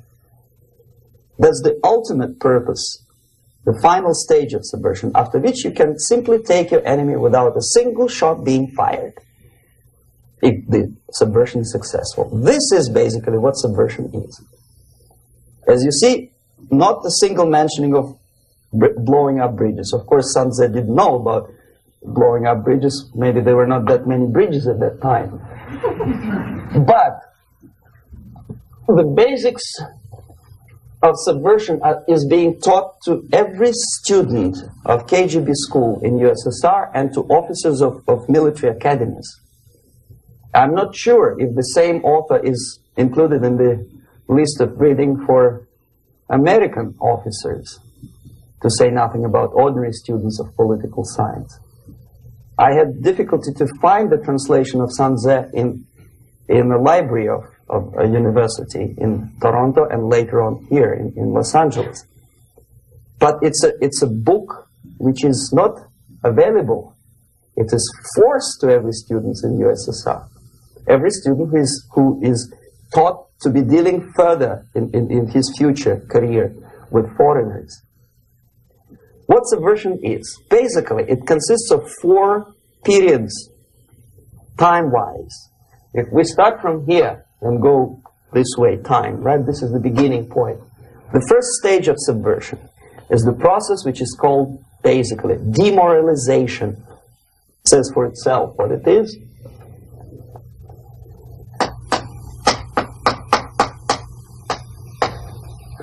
It takes from, say, 15 to 20 years to demoralize a society. Why 15 or 20 years? This is the time sufficient to educate one generation of students or children. One generation, one lifetime span of a person, a human being, which is dedicated to study, to shaping up the outlook, ideology, personality. No more, no less.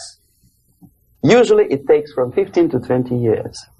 What it includes? It includes influencing, or by various methods, infiltration, propaganda methods, direct contacts, doesn't really matter. I will describe them later. Of various areas where public opinion is formulated or shaped. Religion, educational system, social life, administration, law enforcement system, military, of course, and labor and employer relations, economy. Okay? 5 areas. I will not write them down because we will not have enough space. Sometimes when I describe all the methods, students ask me question, are you sure this is the result of the Soviet influence? Not necessarily. You see, the tactic of subversion, about which I'm talking, is similar to the martial art, the Japanese martial art. If some of you are familiar with that tactic, probably you will remember that if an enemy is bigger and heavier than yourself, it would be very painful to resist his direct strike. If a heavier person wants to strike me in the face, it would be very naive and counterproductive to stop his blow. The Chinese and Japanese judo art tells us what to do. First to avoid the strike, then to grab the fist and continue his movement in the direction where it was before, right? Until the enemy crashes in the wall. You see? So, what happens here? The target country obviously does something wrong. If it's a free democratic society, there are many different movements within the society.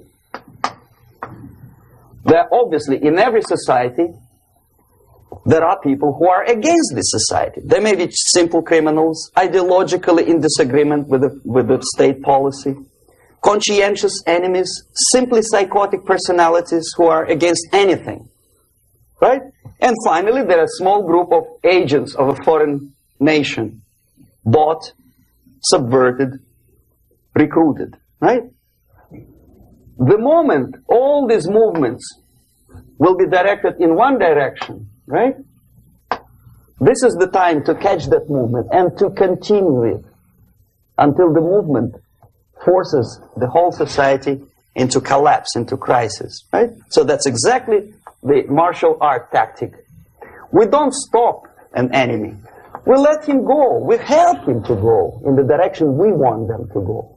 Okay? So, on the stage of demoralization, obviously there are tendencies in each society, in each country, which are going to opposite direction from the basic moral values and principles. To take advantage of these movements, to capitalize on them, is the main purpose of the originator of subversion. So we have religion, we have education, we have social life, we have power structure, we have labor relations, unions, and finally we have law and order. 1, 2, 3, 4, 5, 6. Okay? These are the areas of application of subversion. What it means exactly? In case of religion, destroy it, ridicule it, replace it with various sects, cults, which bring people's attention, faith, whether it is naive, primitive, doesn't really matter. As long as the basically accepted religious dogma is being slowly eroded and taken away from the supreme purpose of religion, to keep people in touch with the supreme being, that serves the purpose. Therefore, replace it, accepted, respected religious organizations with fake organizations. Distract people's attention from the real faith and attract them to various different faiths. Education. Distract them from learning something which is constructive, pragmatic, efficient. Instead of mathematics, physics, foreign languages, chemistry, teach them history of urban warfare, natural food, home economy, your sexuality, anything, as long as it takes you away. Okay? Social life. Replace traditionally established institutions and organizations with fake organizations. Take away the initiative from people. Take away the responsibility from naturally established links between individuals, group of individuals, and society at large, and replace them with artificially, bureaucratically controlled bodies. Instead of social life and friendship between neighbors, establish social workers institutions. People who are on payroll of whom? Society? No. Bureaucracy. The main concern of social workers is not your family, not you, not social relations between groups of people. The main concern is to get the paycheck from the government. What will be the result of their social work doesn't really matter. They can develop all kind of concepts to show to the government and to the people that they're useful. Okay. Away from the natural links. Power structure. Okay. The natural bodies of administration, which are traditionally either elected by people at large or appointed by elected leaders of society, are being actively substituted by artificial bodies. The bodies of people, groups of people, whom nobody elected, never As a matter of fact, most of the people don't like them at all, and yet they exist. One of such group is media. Who elected them? How come they have so much power? Almost monopolistic power on your mind. They can rape your mind. But who elected them? How come they have a nerve to decide what is good and what is bad for the elected by you, president, and his administration? Who the hell are they? Spiro Agnew, who was hated by the liberal left, called them a bunch of enfeebled snobs. And that's exactly what they are. They think they know. They don't. The level of mediocrity. In a big establishment like New York Times, Los Angeles Times, major television network, you don't have to be excellent journalist. You have to be exactly a mediocre journalist. That's easier to survive. There's no competition anymore. You have your good, nice income, $100,000 a year. That's it. Whether you are better or worse doesn't really matter anymore. As soon as you're smiling to the camera and do your job. That's it. No more competition. Power structure slowly is eroded by the bodies and groups of people who do not have neither qualification nor the will of people to keep them in power, and yet they do have power.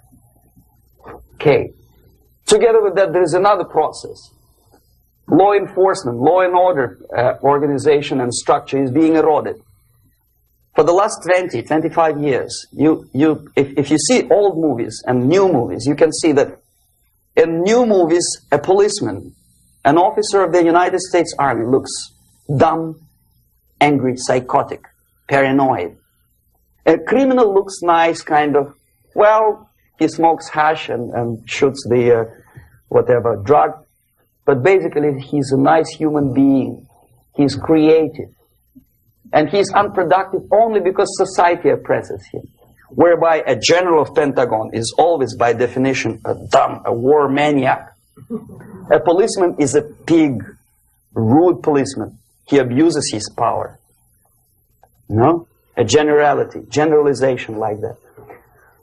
The hatred, the mistrust to the people who are supposed to protect you and enforce law and order.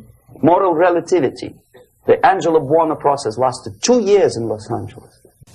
And yet there are still some lawyers who say, look, he's a nice character, as a matter of fact. There was some witness who said, also a criminal, who said, well, he's a nice guy. I asked him one day to burn a house of my enemy, and he wouldn't do it. Nice fella. Erosion. A slow substitution of basic moral principles, whereby a criminal is not a criminal, actually. He's a defendant. Even if his guilt is proven, there is still a doubt to kill or not to kill, to be or not to be. Thou shalt not kill, yes, but this line may not necessarily be applicable to a murderer. Thou shalt not murder. That should be the presumption, not that thou shalt not kill. Okay, labor relations. At this stage, within 15 to 20 years, we destroy the traditionally established links of bargaining between employer and employee. The classical Marxist-Leninist theory of natural exchange of goods. A person A has 5 sacks of grain and person B has 5 pairs of shoes. And the natural exchange without money is when they bargain between each other. And only with the introduction of the third force, C, an entirely third foreign stranger who says, no, don't give him 5 sacks of grain, give it to me. And you give me your 5 pairs of shoes, and I will distribute it accordingly. So that the economy will go. This is the death of natural exchange, death of natural bargaining. Well, trade unions were established 100 years ago. The objective was to improve working conditions and to protect the rights of workers from those employers who were abusing They're right because they had more money. Objectively, at that time, initially, the trade union movement did work. What we see now is that the bargaining process is no longer resulting in the compromise, which is leading objectively to betterment of working conditions and increase of salary. What we see is that after each prolonged strike, the workers lose. Even if they have 10% increase of their salaries, they cannot catch up due to inflation and due to missed time. More than that, millions of people suffer from that strike because economy now is interdependent. It's intertwined like one body. If previously steel workers, say 100 years ago, could strike and nobody would suffer, now it's impossible anymore. If a garbage collector strikes today, the rest of the multi-million city is stinking. I mean, there's no more service. In Quebec, for example, we had the electricians who were on strike in the middle of winter. You can freeze your bottom, and they still were on strike. Did they catch up with the salary? No, they lost. Who benefited? The leaders of trade union. What is the motivation for strike? Improving of a workers' condition? No, obviously it's not. Then what is it?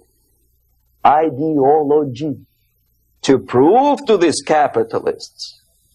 And the obedient horde of workers, like sheep, follow these people. And they cannot disobey. Why? Because if they do, you know what happens to them? Pickets, murders, shooting truck drivers by picketers.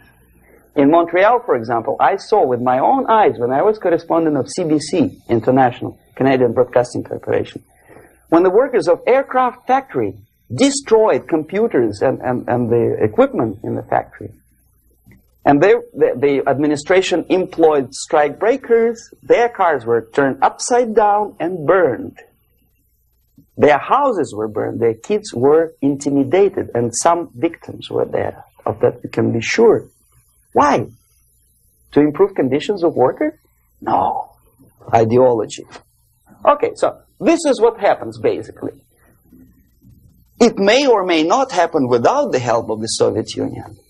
But the natural tendencies are being greatly taken advantage of and capitalized by the Soviet propaganda systems. How? Whenever trade union strikes, we have influx of propaganda, mass media, ideological dissemination. The workers' right. And we repeat it like parrots. Yes, workers' right. Whose rights? Workers? No. The only freedom of worker to sell his labor according to his own desire and will is taken away from him. By whom? By trade union boss.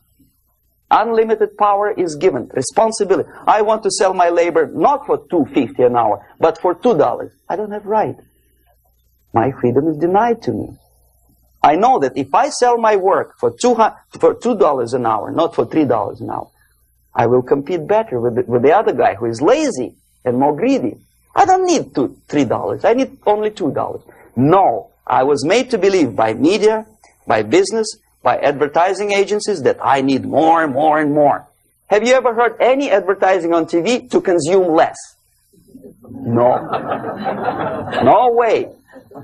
Whether you need a six-cylinder car or not, you have to buy it. And hurry up. When I was driving here, on the local radio station, an excited announcer said, "You hurry up, rush and save, save, save. There is a pantyhose sale." Save by buying more.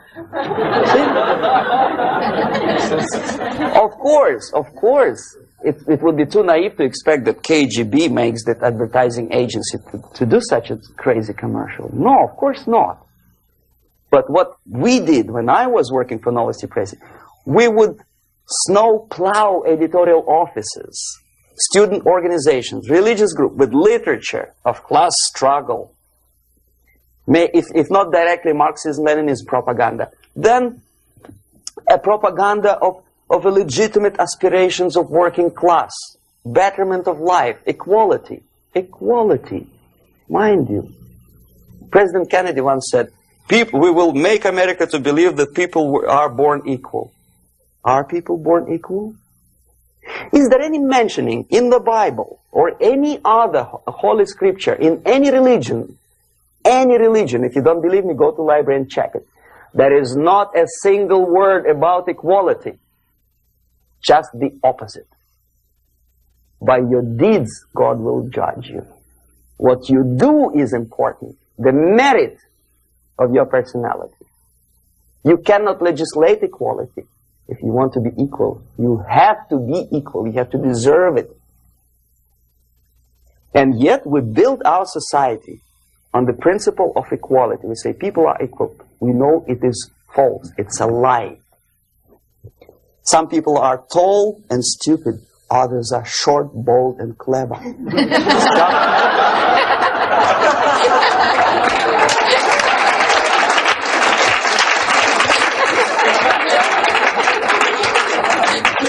If we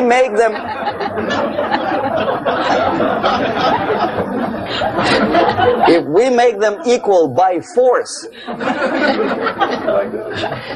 if we put the principle of equality in the basis of our socio-political structure, it's the same thing as building a house on sand. Sooner or later it will collapse, and that's exactly what happens. And we, as Soviet propaganda makers, are trying to push you in the direction which you go yourself. Equality, yes, equality. People are equal. Land of equal opportunities. Is it true or not? Think about it. Equal opportunities. Should there be equal opportunities? For me, and for a lazy bastard who comes here from some other country and immediately registers as a welfare recipient benefits? I never received a single no, sorry, I did receive once. But I never applied for welfare. For the 13 years, I took any job. Security guard, journalist, taxi driver, anything. Well, I was restless, but some people don't like it. They immediately. So why should we have equal opportunities? Why? Equal opportunity to excel. Equal opportunity in equal circumstances, yes, but we know people are different. To excel, yes, provided we reach the same level of excellency, perfection, which is hypothetical, distant future. Yes, maybe. But we know perfectly well that even with the best intentions, people could not be equal. Why should we have equality in the, say, legal system? Myself, I'm considering myself a law-abiding citizen, and a person who comes here to rob and shoot, say, the United States administration undercover, imported thousands of Cuban criminals. They were non-criminals, yet they were accepted. Do you think it's fair if myself and my wife from Philippines, who work like a, horse as a lab technician in the hospital, should have the same rights as a criminal from Cuba? Why? And yet we repeat as parrots, equality, equality, equality. And the Soviet propaganda system helps us to believe that equality is something which is desirable. Democracy, as it was established by fathers of this country, of this system in the last century, is not equality. Is the system where different people, unequal people, have a chance to survive and help each other in constant competition, in constant perfection, not in equality, which is superimposed from a godfather or a nice person in Washington, D.C. And the absolute equality exists in Soviet Union, quote-unquote equality. Everybody is equal in dirt. Except some people are more equal than the others in Politburo. So, the moment you bring a country to the point of almost total demoralization, when nothing works anymore, when you are not sure whether it is right or wrong, good and bad, but there's no division between evil and good, when even the Leaders of church sometimes say, well, violence for the sake of justice, especially social justice, is justified in countries like Nicaragua, El Salvador, well, maybe Rhodesia. And we listen to them and say, yeah, probably it's true. Is it true? No, it is not true. Violence is not justified, especially for the sake of quote-unquote social justice introduced by Marxist-Leninists. That is my former colleague from Novosti Press Agency. Okay, so we reach that point. The next step is destabilization.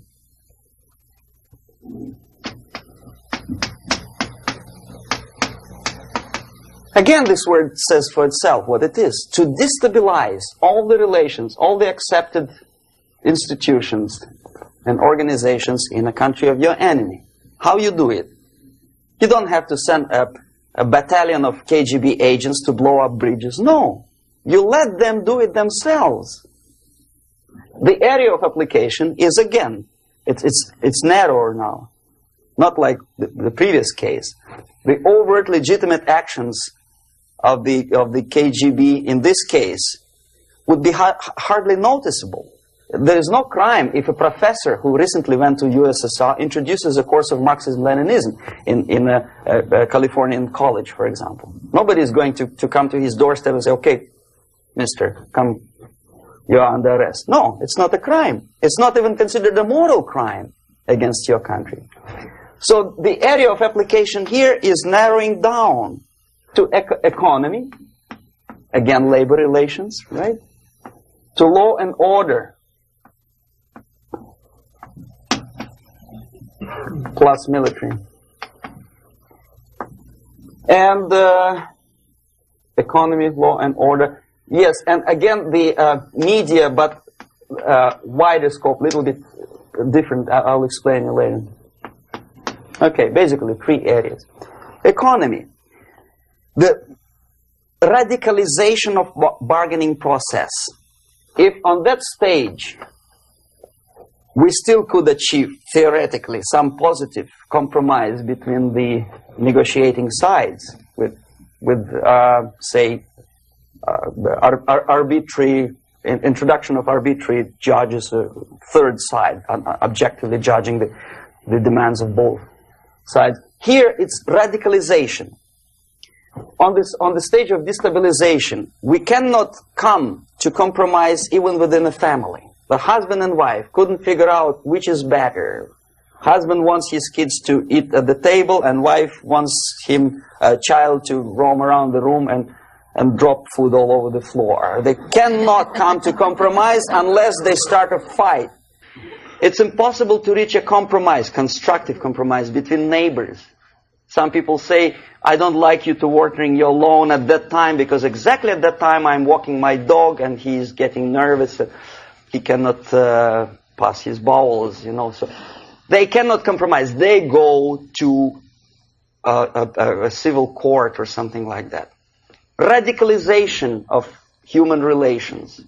No more compromise. Fight, fight, fight.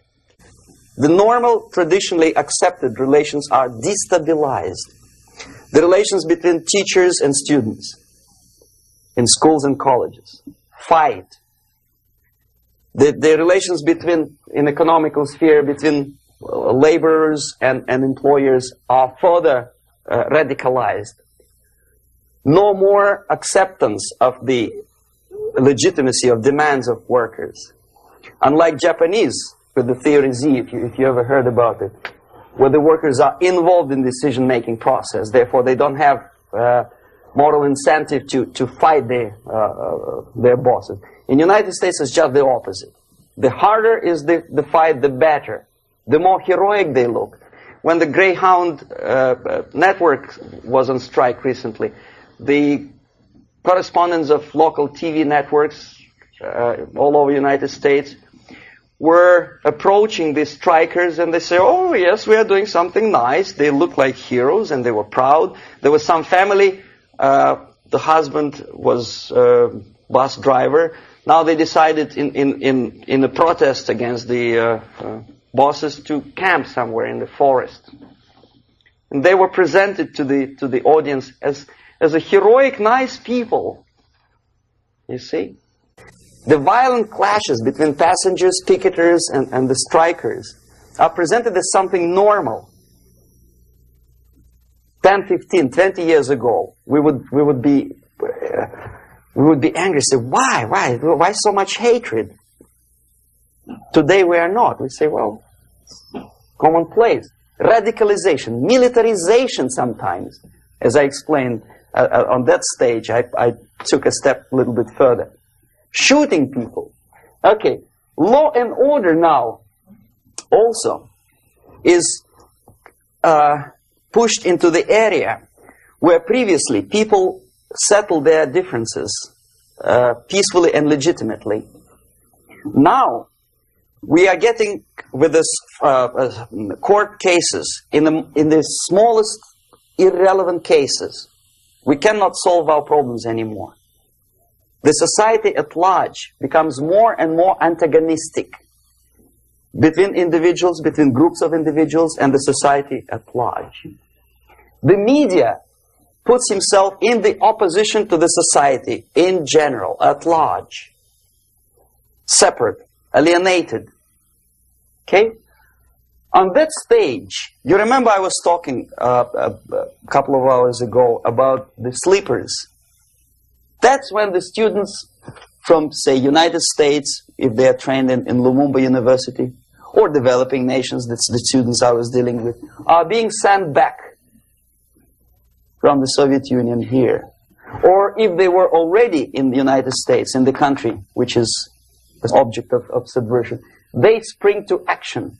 The sleepers go up. They slept for 15 to 20 years. Now they become leaders of groups, preachers, I don't know, public figures. Prominently they actively include themselves in a political process. All of a sudden we see a homosexual. 15 years ago he did his dirty job and nobody cared. Now he makes it a political issue. He demands recognition, respect, human rights, and he rallies a large group of people. And there are violent clashes between him and police, his group and ordinary people, no matter what. It's black against white, yellows against green, doesn't matter where the division line goes. As long as this group come into antagonistic clash, sometimes militantly, sometimes with firearms, that is destabilization process. The sleepers, many of whom are simply KGB agents, become leaders of the process of destabilization. Doesn't mean that Comrade Andropov sends Comrade Ivanov to the United States. The person who takes care is already here. He is a respected citizen of the United States. Sometimes he gets money from various foundations for his legitimate struggle for, I don't know, human rights, women's rights, kid lib, prison lib, whatever. There are sympathetic Americans who donate their money to him. This stabilization process usually leads directly to the process of crisis. In case of developing nations, that's the area where I was active. The process starts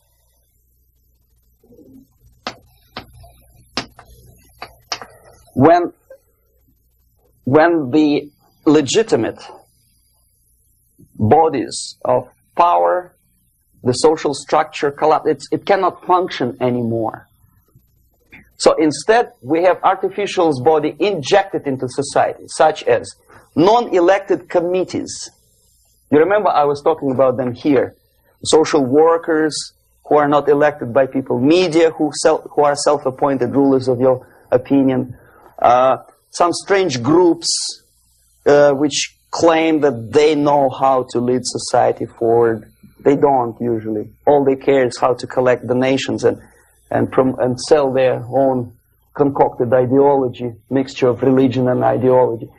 Here, we have all this artificial's body claiming power. If the power is denied to them, they take it by force. In case of Iran, for example, all of a sudden we have revolutionary committees. What kind of revolution? There was no revolution yet, and yet they had the committees. They were taking power of judgment. They had the power of execution, they had the power of legislation, and that they had the power of judicial. All of them combined in one person, who is half-baked intellectual, sometimes graduated from Harvard University or Berkeley. He comes back to his country and he thinks that he knows the answer to all the social, economical problems. Okay? Crisis is when society cannot function any more productively. It collapses, obviously. That's the word for crisis.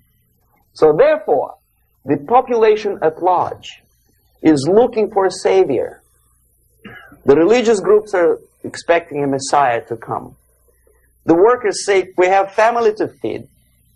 Let's have a strong government, maybe socialist government, centralized. When somebody put the employers on their place and let us work. We are sick and tired of going to strike and missing overtime and all that stuff. We need some strong man, strong government, a leader, a savior is needed. Population is sick and tired already.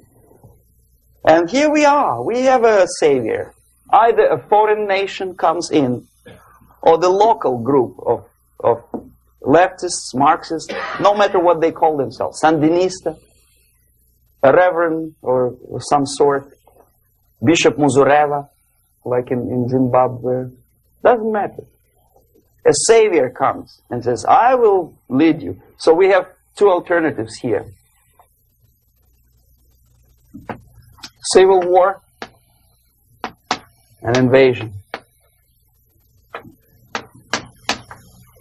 Okay? See how it goes? Civil war, we know what it is. Lebanon is the best example. The civil war, which was artificially implanted in Lebanon by injection of force of PLO, Palestinian Liberation Organization.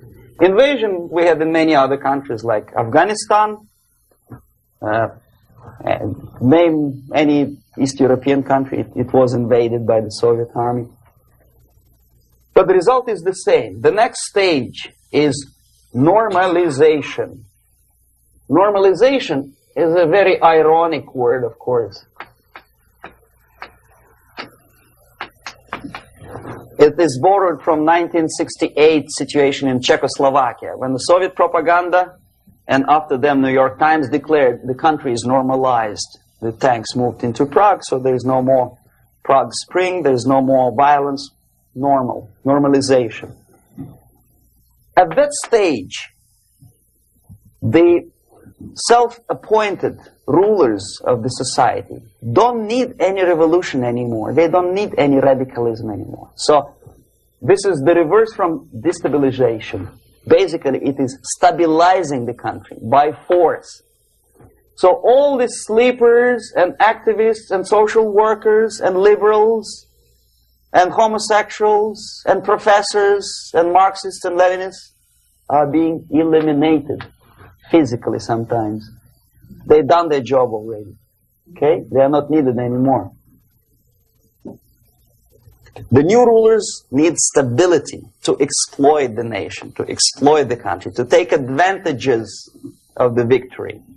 Okay? So no more revolutionaries, please. And that's exactly what happens in a number of countries. You remember Bangladesh? This is the crisis in which I was instrumental. First they had Mujibur Rahman.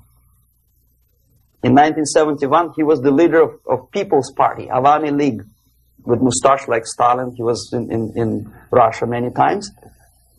In 5 years, he was shot by his former colleagues, Marxists. He fulfilled his function. In Afghanistan, it happened 3 times. First there was Taraki, then there was Amin, now there's Babrak Karmal. They killed each other successively, one after another.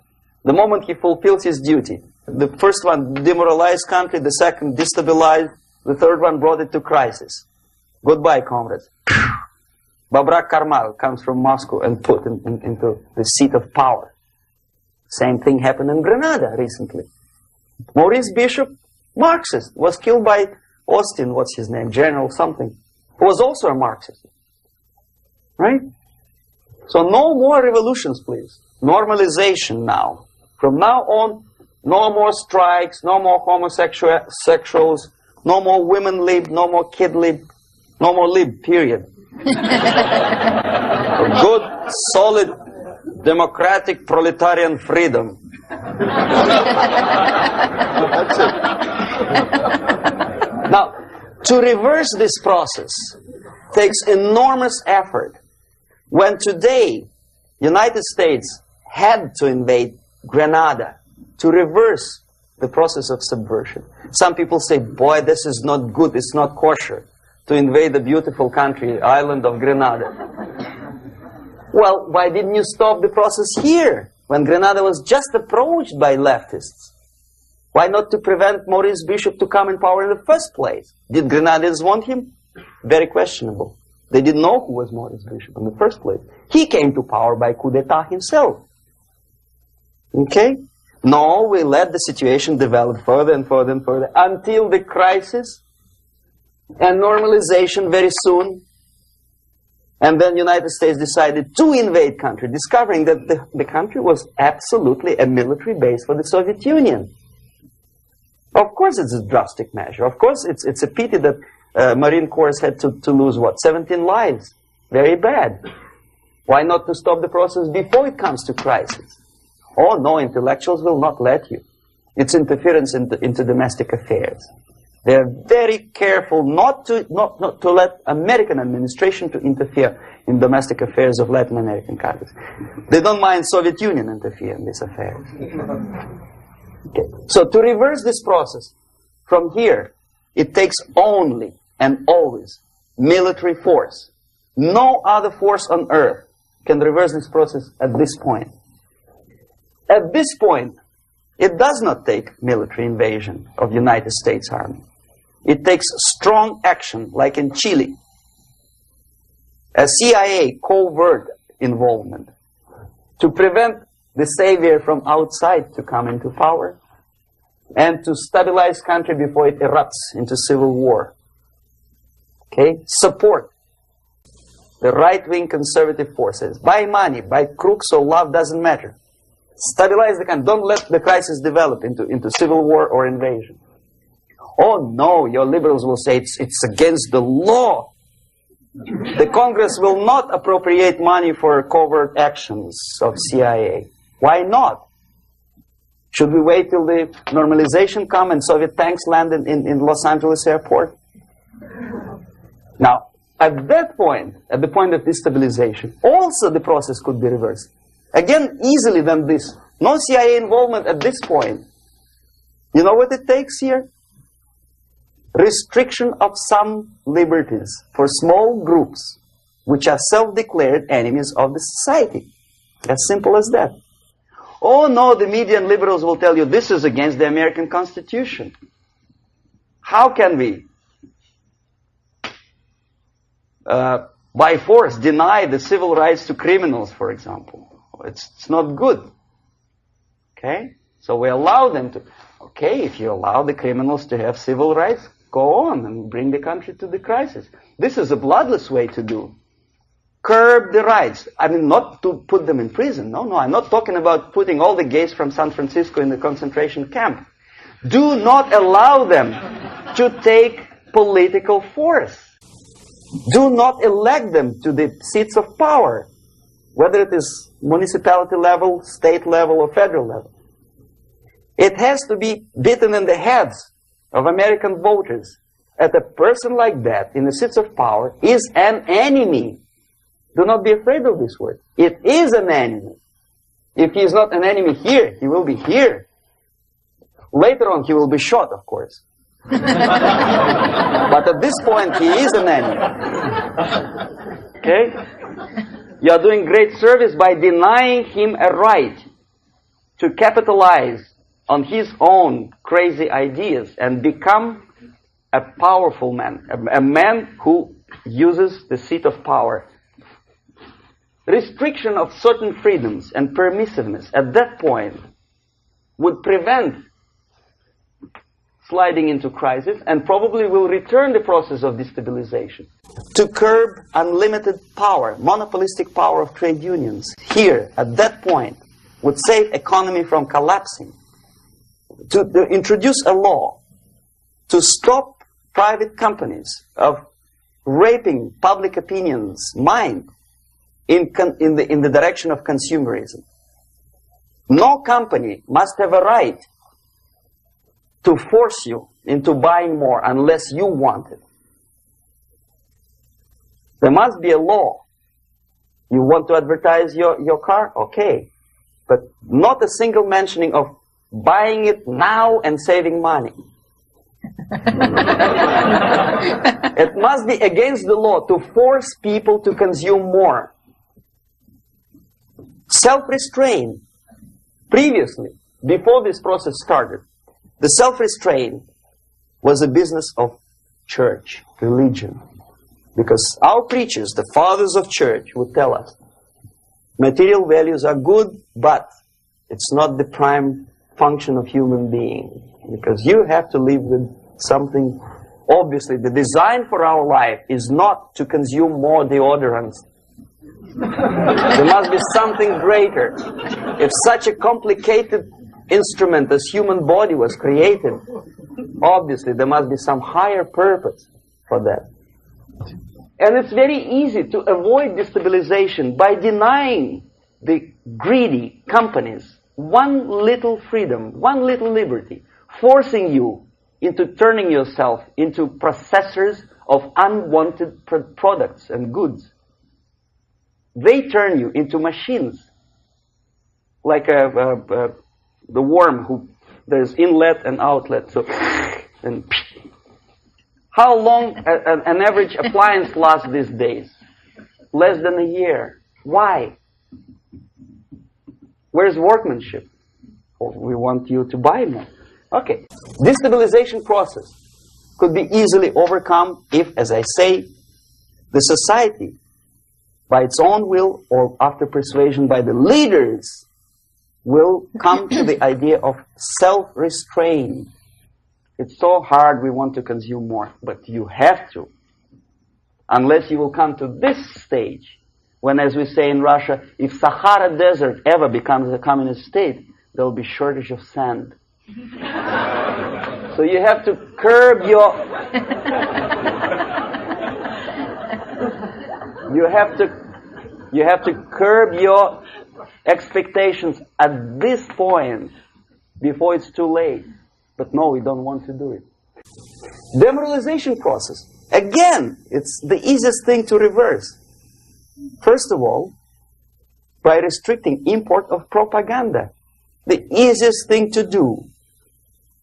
Unlimited, unrestrained import of Soviet literature, Soviet journalists, giving Soviet propaganda and ideological agitators equal time on American TV network.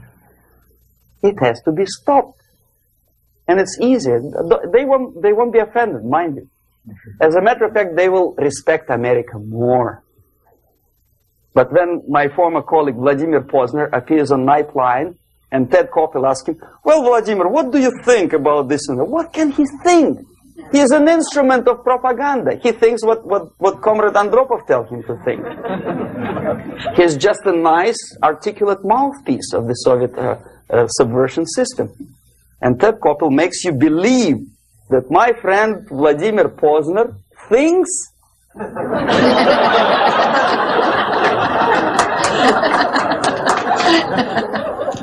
the process of demoralization may not have started at all if at that point the country, which is a recipient of subversion, actively, not violently, but actively, prevents importation of foreign ideology. I don't want America to follow the pattern of ancient Japan. You don't have to shoot every foreigner when it approaches the sacred borders of the United States.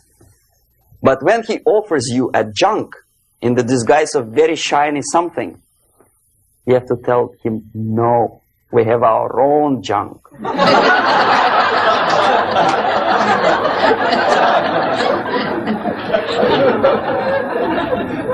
If at that point the society is strong, brave, and conscientious enough to stop importation of ideas which are foreign, then the whole chain of events could be prevented. Recently I've been to Philippines, and I was shocked how in big cities like Manila, children listen to deafening music. A melodious nation with long traditions of good, nice ethnic music, introduced by Spanish long time ago, maybe 2 centuries, 3 centuries ago, I don't remember how long.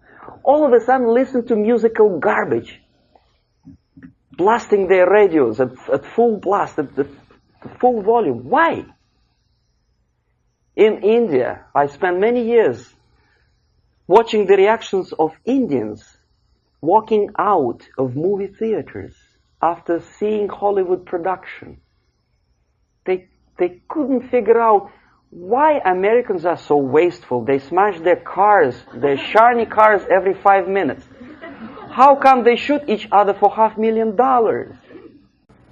Is it true that they're so obsessed with sex? Can you imagine showing a movie where each 5 minutes there's a copulation on the screen to a country like India with long tradition of respect to these private matters, or to Pakistan? And United States expect these people to respect you? No way. Oh yes, they will see the movie. They'll pay 5 rupees to see that garbage. But they walk out and will tell their kids, don't respect Americans. Don't be like Americans. See? So, the process of demoralization could be stopped right here, both as an expert and as an import. And that takes one step, one very important thing to do. You don't have to expel all the KGB agents from Washington, D.C. The most difficult and at the same time the simplest answer to the subversion is to start it here and even before, by bringing back the society to religion, something that you cannot touch and eat and put on yourself, but something that rules society and makes it move and preserve it.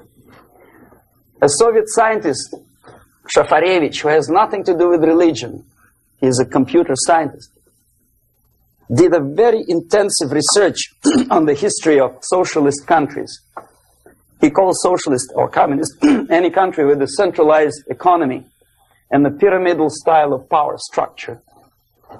And he discovered, actually he didn't discover it, he just brought to attention of his readers, that civilizations like Mohenjo-Daro in the river Indus area, like Egypt, like Maya, Incas, like Babylonian culture, collapsed and disappeared from the surface of Earth.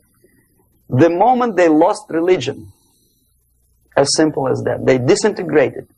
Nobody remembers about them anymore. Well, distantly. So, the ideas are moving society and keeping mankind as society of human beings, intelligent, moral agents of God. The facts, the truth, the exact knowledge may not. All the sophisticated technology and computers will not prevent society from disintegrating and eventually dying out. Have you ever met a person who would sacrifice his life, freedom, for the truth like that? This is truth. I never met a person who said, this is truth and I'm ready to shoot me. To defend the truth. Right? But millions sacrifice their life, freedom, comfort, everything for things like God. Like Jesus Christ. It's an honor. Some martyrs in the Soviet concentration camp died. And they died in peace. Unlike those who shouted, long live Stalin, knowing perfectly well that he may not live long. Something which is not material, moves society and helps it to survive. And the other way around, the moment we turn into 2 by 2 is 4 and make it a guiding principle of our life, our existence, we die. Even though this is true, and this we cannot prove. We only can feel and have faith in it. So the answer to ideological subversion, strangely enough, is very simple. You don't have to shoot people, you don't have to aim missiles and Pershings and cruise missiles at Andropov's headquarters.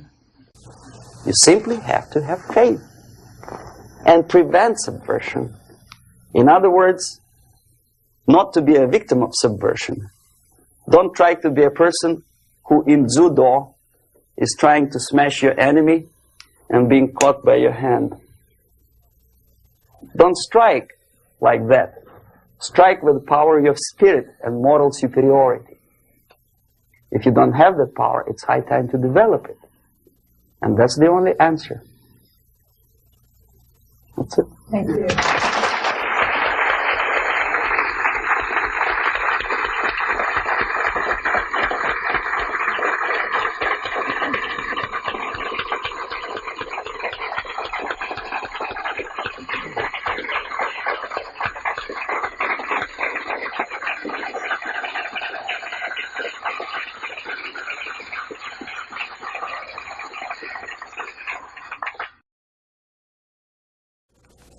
Can you describe how a concept is formulated, turned into propaganda, and then ends up on someone's bumper sticker or in a newspaper? What's the step-by-step process? The other thing is, how close is the Politburo to the actual propaganda creating process? And finally, the 007 incident was notable in the fact that it took a long time before the Soviets responded to it, and then the military took the lead in terms of explaining what had happened rather than the political organs. And I wanted to know why that actually happened. Okay. Now, the propaganda concepts are not being developed. They had been developed long time ago. There's nothing basically new in the concept of overall propaganda methods and goals. The ultimate goal, however ridiculous it may sound, or primitive or simplistic, is the world domination. Many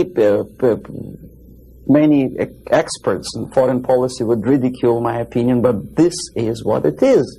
I saw it with my own eyes. I was a part of that. So, and my father was, I think I mentioned that before, he was an inspector of land forces. He traveled all over the world where the Soviet troops were stationed. So he knows perfectly well that the troops are not stationed there to collect harvests for Cubans or to help Afghanis to develop the hordes of cattle or goats. They are there for one purpose: world domination.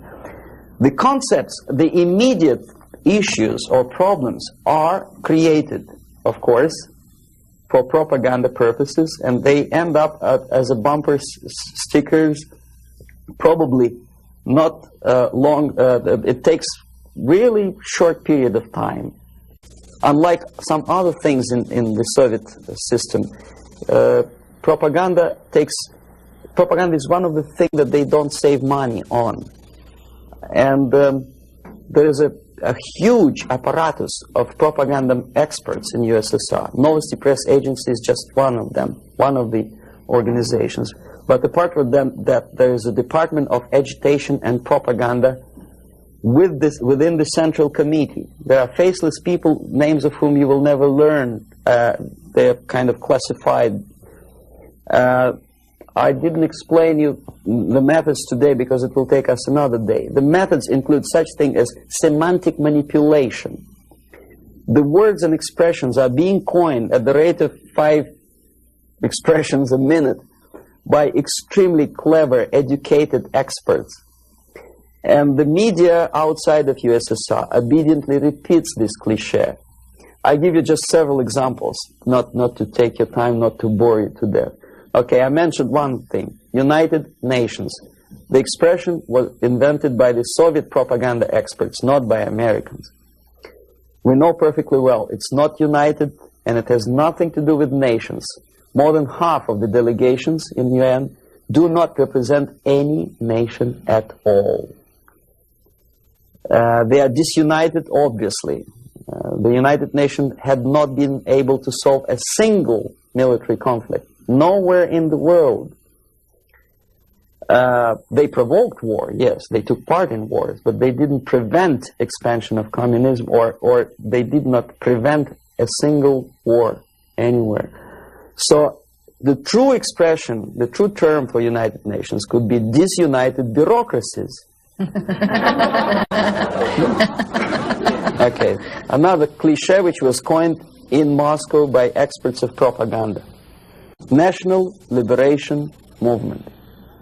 It's not national because most of the leaders do not necessarily belong to the ethnic group which they lead, number one. Number two, they are unpatriotic and unnationalistic because they obey orders from a foreign country, USSR. Okay? They are trained in USSR, they are paid by the Soviet system, and they work in the interests of the Soviet system. Liberation. Whom they are liberating? Who is being liberated?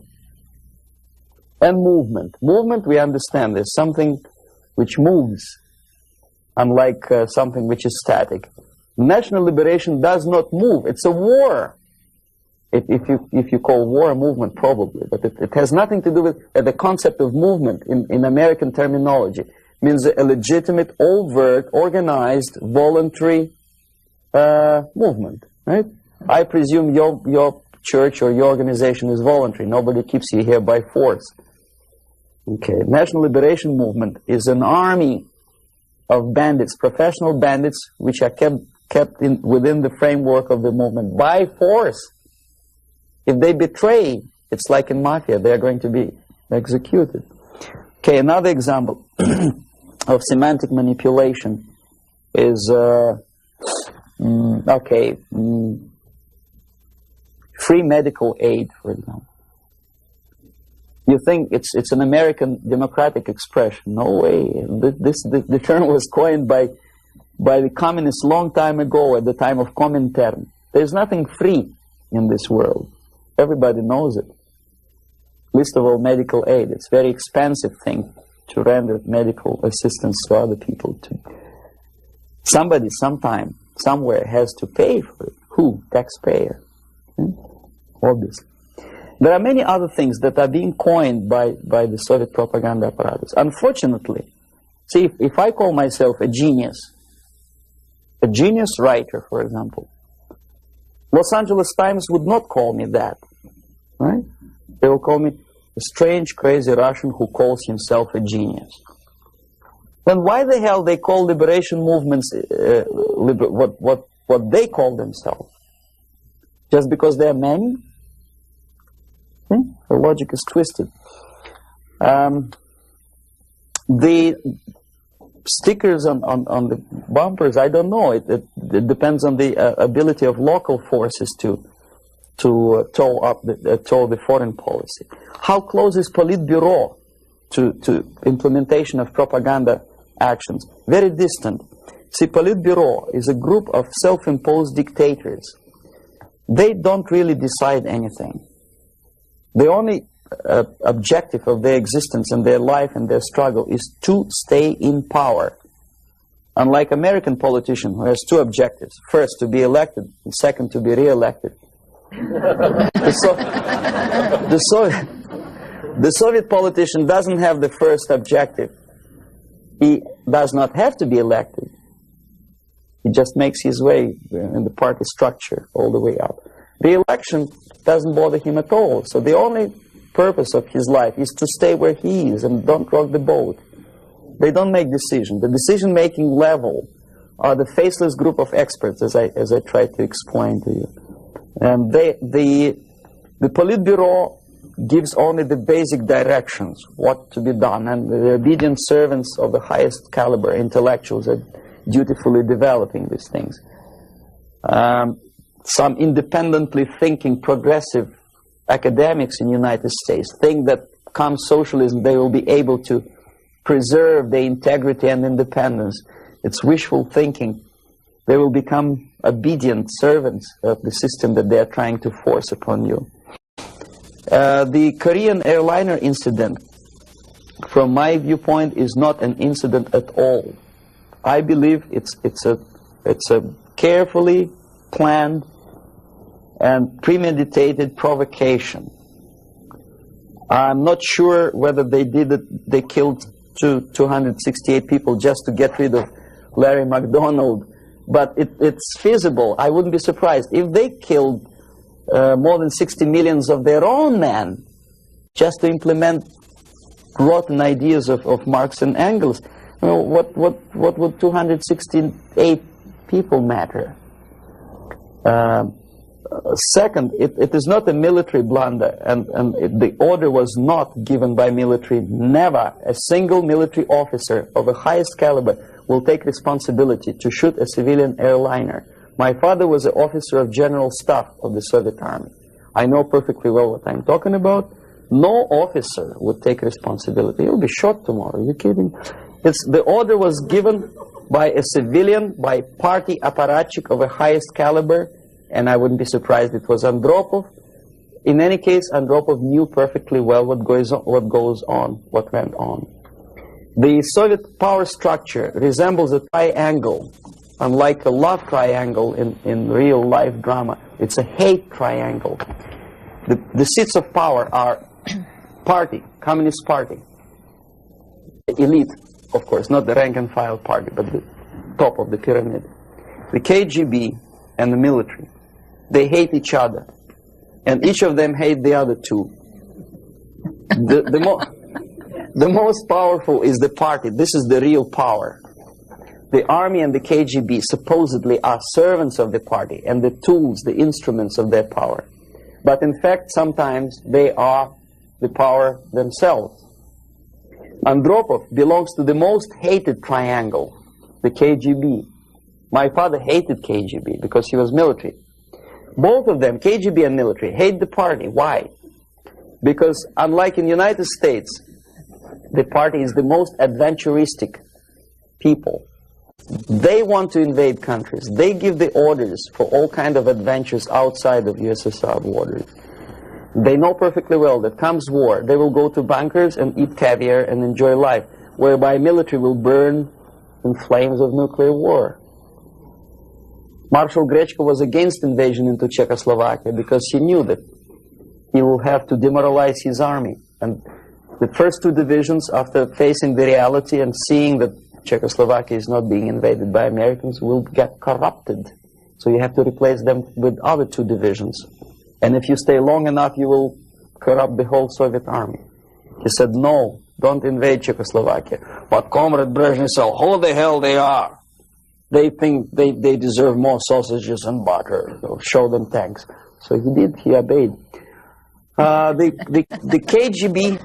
The KGB and the army sometimes are in cahoots against the party. The recent rumor that Andropov was shot by son of Brezhnev is an indication that the other two corners of the power structure were really sick and tired of the Andropov's KGB purges.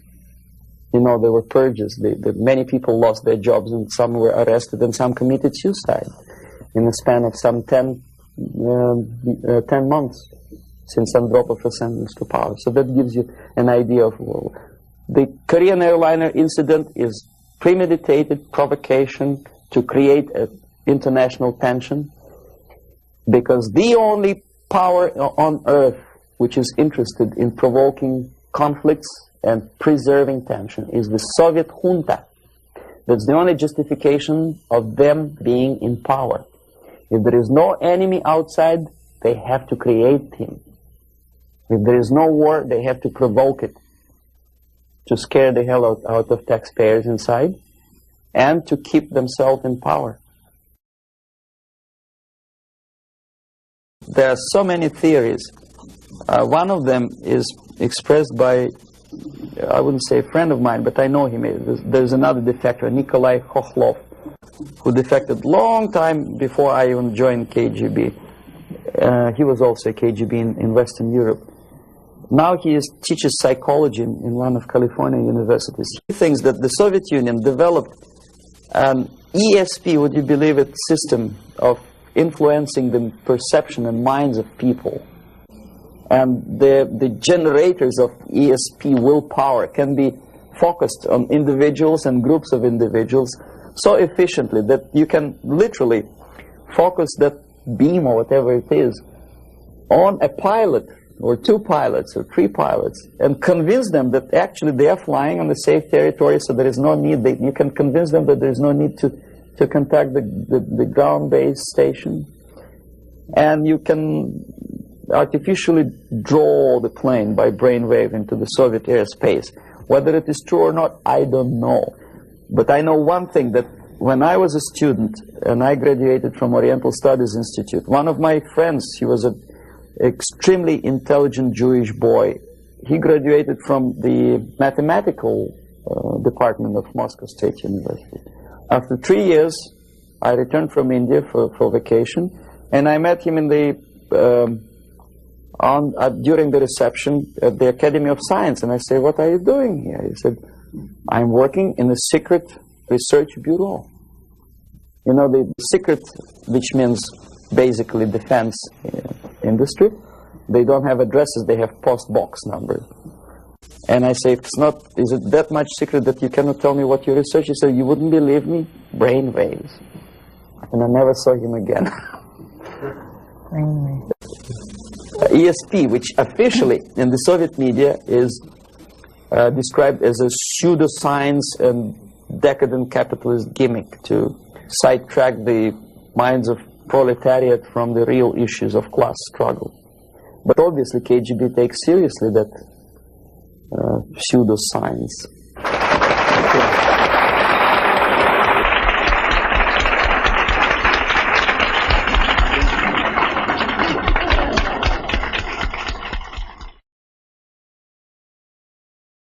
Six or 7 year old when I entered secondary school, and I graduated in '63 after almost 15 years of continuous training as a junior lieutenant of reserve of the Soviet Army. And psychologically, every Soviet citizen is well prepared for war, nuclear war, and technically he is equipped with facilities and the knowledge how to use it in case of war or natural disaster, doesn't matter. Survival tactics and survival methods are taught extensively in various manners. They are exposed to documentary movies about nuclear war. They know the technical data of radiation or contamination of air and land. They know the organizational patterns of civil defense to such an extent that even if there is no nuclear attack, even if there is a conventional warfare, each individual at a certain time knows exactly where to go, what to do, where is the shelter, whom to call by telephone, which is not the case, unfortunately, in the United States. I think if a bomb, ordinary bomb, maybe a stink bomb is dropped in the middle of Los Angeles, most of the people will not die of atomic radiation. They will die of panic. They will run, and the traffic jams and the panic will kill more people than anything else. And where do they go? Is there any literature about how to protect an individual? Is the medical first aid treatment? It's not taught to kids in American colleges, unfortunately. For example, there's obvious tension in the world. Television newscasts inform American family about happenings in East and West Germany. And only at the last moment they decide to bring the canned food down to the basement. It's sheer idiocy. Why not to have them in the basement at peacetime? Number two, there's very realistic picture of what happens when the first nuclear bomb strikes a big city, Kansas City, I think. And people a big panoramic picture shows almost an anthill when people are disoriented totally.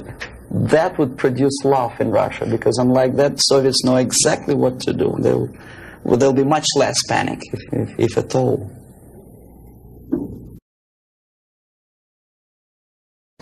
I know about infiltration of KGB into peace movement probably as much as an average American who reads newspapers systematically. But I'm aware that the World Peace Council is a front organization of the KGB. Ramesh Chandra I know personally, both in India and USSR. I worked with delegations of various peaceniks who came to the World Congress of Peace Council in Moscow. I think it was in 1961 or 62. Yeah, it was before Cuban crisis. And at that time, they struck me as people who are pathologically unable to see the truth, not to talk about the military aspects. When as a translator and a guide, I used to take them to places in Moscow which are not supposed to be for foreigners' eyes. They didn't want to see it. They had their preconceived ideas. They were suffering from self-importance. They thought it's a great honor to sit in the Kremlin, in the Palace of Congresses, next to a debil from Kremlin, and talk about peace as if that person from Politburo means anything in peace movement. Self-delusion is the most predominant phenomenon among these people. Ramesh Chandra is a very shrewd politician who takes advantage of naive, misguided, idealistically minded, sometimes sincere people. But he is, my impression is that he's totally sold himself to the Soviets. He receives his payments or royalties or whatever you can call it in the form of prizes. Of course, it's very embarrassing if you approach a person of his caliber with money, with cash, and say, "Here, Comrade Ramesh Chandra, there's money for your propaganda in the interests of the Soviet Union." It's very unpolite. So instead, the Soviet Union creates artificial international bodies such as Jawaharlal Nehru Peace Committee, which consists of various progressive leaders, writers. Sometimes they're known figures, philosophers, educationalists. Sometimes they probably feel that if there's no other possibility to express the desire for peace, at least there is some legitimate overt activity where they can express themselves. That's okay. And they think they are too smart not to see that part of it is Soviet propaganda. They think, okay, we are smart. We are not going to allow them to use us for propaganda purposes. This is wishful thinking, because after 5 or 6 visits to USSR, everything is paid by the Soviet government. After spending several vacations on a Black Sea coast in luxurious atmosphere with 2 or 3 nice girls, interpreters, lots of vodka and caviar, books published, vapid books which nobody reads in the United States, all of a sudden published in millions of copies in USSR in various languages, that tickles their ego. They think they're somebodies all of a sudden. It's difficult to resist the temptation. Ramesh Chandra is exactly that type of personality. He was approached at a very early stage, and he didn't have willpower and moral principles to resist the temptation, to resist the approach. And by now he's just a pawn in the game, high-ranking pawn. And if he is dismissed or dies natural death, there will be another, the line of people who would like to take his place. Yes, KGB takes very active part in the peace movement, and if these people were sincere as they say they are, they would start demonstrating in Kremlin, or I mean in Red Square, not in Washington, D.C., or in the Central Park in New York, or in Los Angeles. But they don't have courage, they don't have guts to go to Russia and protest against the nuclear armament of the Soviet Union. Therefore, I agree that they are misguided, but I think they are cowards. They are unprincipled, dishonest people. And there's no justification that they are misguided or poorly informed. It's their fault that they're poorly informed. There's enough information, there's enough possibility. In case of United States citizens, there's enough freedom to do what their consciousness should tell them to do. Go to Russia and protest against armament. It doesn't take much courage to take part in demonstration in Los Angeles. But if you're really genuinely concerned about peace, tell it to Brezhnev, tell it to Andropov, and we'll see how courageous and sincere you are. They don't do it. Well, the greatest strength, I think, is the basic principle of American democracy, common sense, and the value of the principles of private property and respect to human dignity and individual rights. The weakness is the permissiveness and lack of moral stamina, which, if you are a religious person, could be interpreted as probably alienation from religion, alienation from God. Thinking too much in materialistic terms, thinking in short span of time for pragmatic advantages, disregarding the perspective of civilization.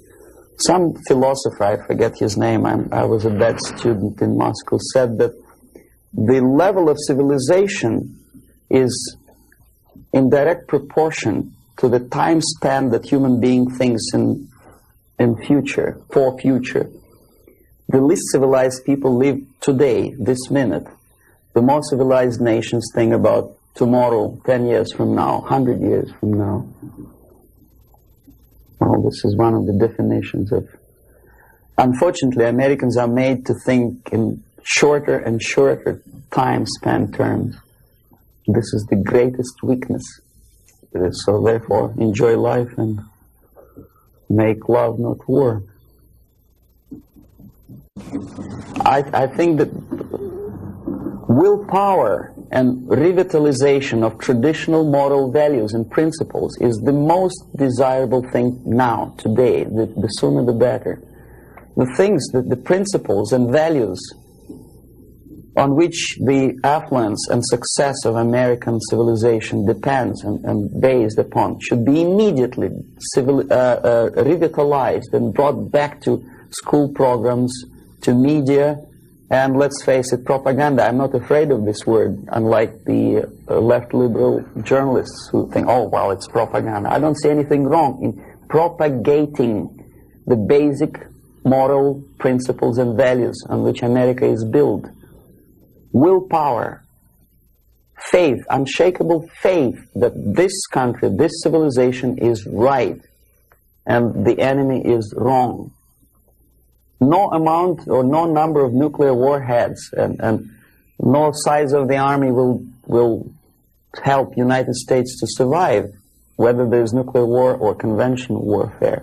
Vietnam proved very clearly that with all the technology, with all the supersonic bombers and napalm and whatnot, electronic gadgets and cold beer and Coca-Cola, you cannot defeat an enemy unless you are fighting and have faith in the righteousness of your fight.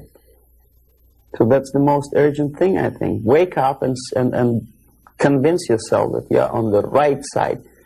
There should not be no neutralism or objectivity. Or objectivity is good when you are discussing philosophical concepts. In today's world, if you are neutral, you are already an enemy of your own country. You have to actively take part of your country, your side. One of the reasons of my defection is that I took side. I was decided to take part, to take choice, to make my own personal choice. For some strange reason today it's very fashionable, it's considered to be an intellectual chic, not to take sides.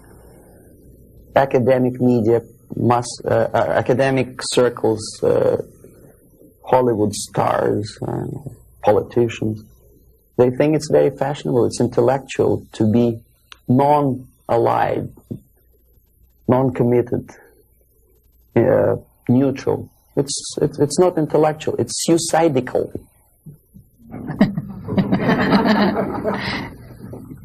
Suicidal. Okay, I'll start with Second World War, when most of the children of my age understood that United States is the friend with whom together Soviet people defeated Nazism, German fascism, all of a sudden turned into an enemy, and all of a sudden the propaganda turned 180 degrees around, and we were brainwashed in the spirit of hatred to everything which is American. But how could you explain to a child of 6 years old who owes his survival to American spam, condensed milk, egg powder, and things which you probably people never remember because nobody eats them these days, spam meat, you know what I'm talking about? How can you explain to them that these delicious things came from an enemy who wants to subvert and destroy us? It's impossible, because the child remembers when he was hungry, he was eating spam and drinking condensed American milk with the American eagle on the label. So all the efforts of the Soviet propaganda to convince me that America is bad was futile, naturally. That was the first shock. The second was this 20th Congress of the Soviet Communist Party, when Khrushchev revealed the atrocities of Stalin, terrorism, and murder, systematic murder of millions of innocent people. That was another greatest shock. And the third shock, of course, when I was already grown up, a student, invasion into Czechoslovakia in 1968. That was the last point. And when I was in India, acting as a Soviet official, a Soviet diplomat, I understood that sooner or later I have to defect and to explain what exactly I was doing in India. I fell in love with that country because at that time this country didn't do any harm to any neighbors, least of all to the Soviet Union. And yet we did so much harm to that country that I decided to defect and explain it, first to Indians, then to American politicians, intelligence communities, and media. Unfortunately, I didn't have much success because my stories were treated with a great skepticism. I was called paranoid, McCarthyist, fascist, Cold War maniac, and other names which I don't want to mention here. And it took me quite a number of years to understand that I'm talking to people who are trying to prevent average American from knowing the truth about communism. The basic methods are not that much different from activities of any public relation officer from any big company. Say Coca-Cola, I bet they have their own department of public relations and press relations. But the ultimate goal, the ultimate purpose is different.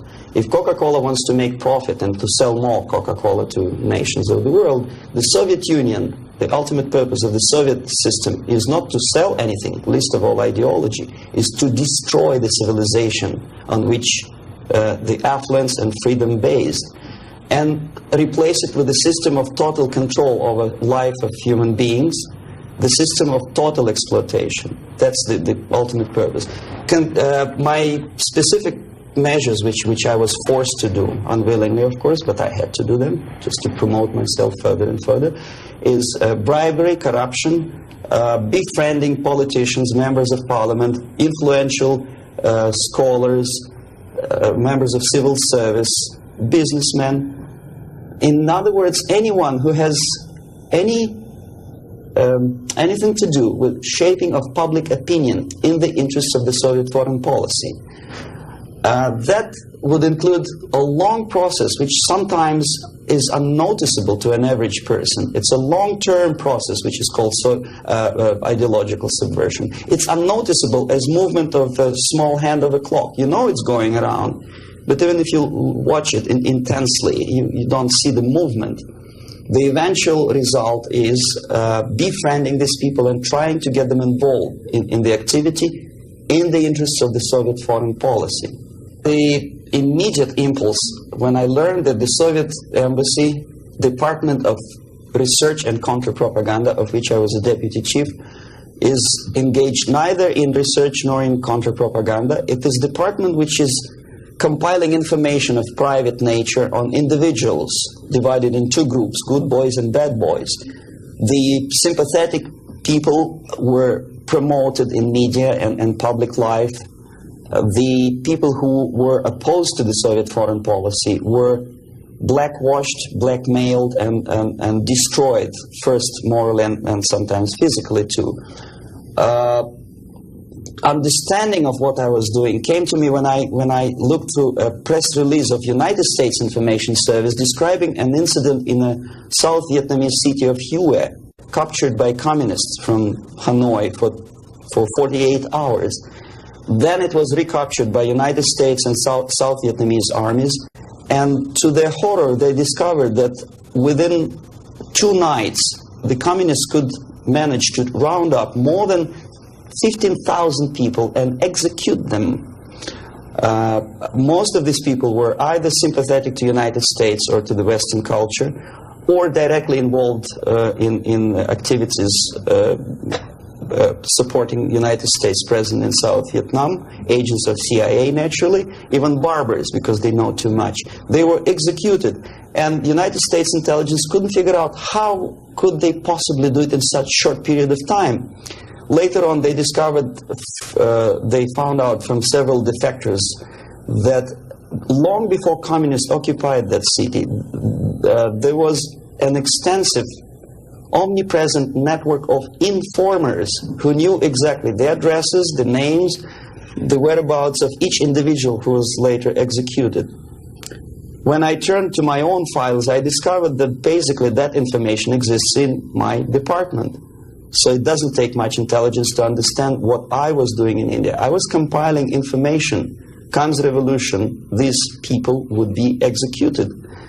Indirectly, I was involved in a criminal activity, in mass murder. I decided to defect and explain it to Americans, and the response I already described. I was called a paranoid. But I decided to defect and try nevertheless. There's another long story. It's virtually impossible to defect in India simply because Indian government, under pressure from the Soviet government, if you can call them government, I don't call them government, I call them junta. They adopted a law as early as in 61 or 62, after Stalin's daughter defection especially. That law states that no embassy, no foreign legation on the territory of Indian Republic has a right to extend political asylum to any defector from any country, which is it's a masterpiece of hypocrisy. No other defector but a Soviet one needs a political asylum. If you are a Canadian or American, if you want to be nasty to your own government, the maximum you can do is just to pick up a phone and make a dirty phone call to your ambassador. Buy yourself a ticket and get lost. What happens to a Soviet defector under that law? If I knock a door of United States Embassy, by that law, the American diplomats have to turn me back to the Indian police, and Indian police takes me directly back to the Soviet Embassy. And that's the end of my defection. So knowing that perfectly well, and having contacts both with Indian police and American media corps, I understood that the only way for me was to disappear for a while, and the best way I discovered was to mix with a group of hippies. Mind you, that was the time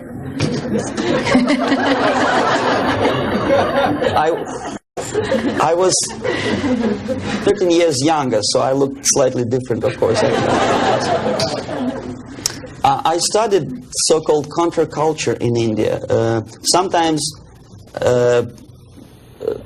good, sincere young people who wanted to study Oriental mysticism and culture and religion, but most of them were simply easygoing individuals who were delighted with exotic life and the easiness with which they can purchase hashish and other drugs in India. And sometimes they traveled Indian subcontinent without any identification papers.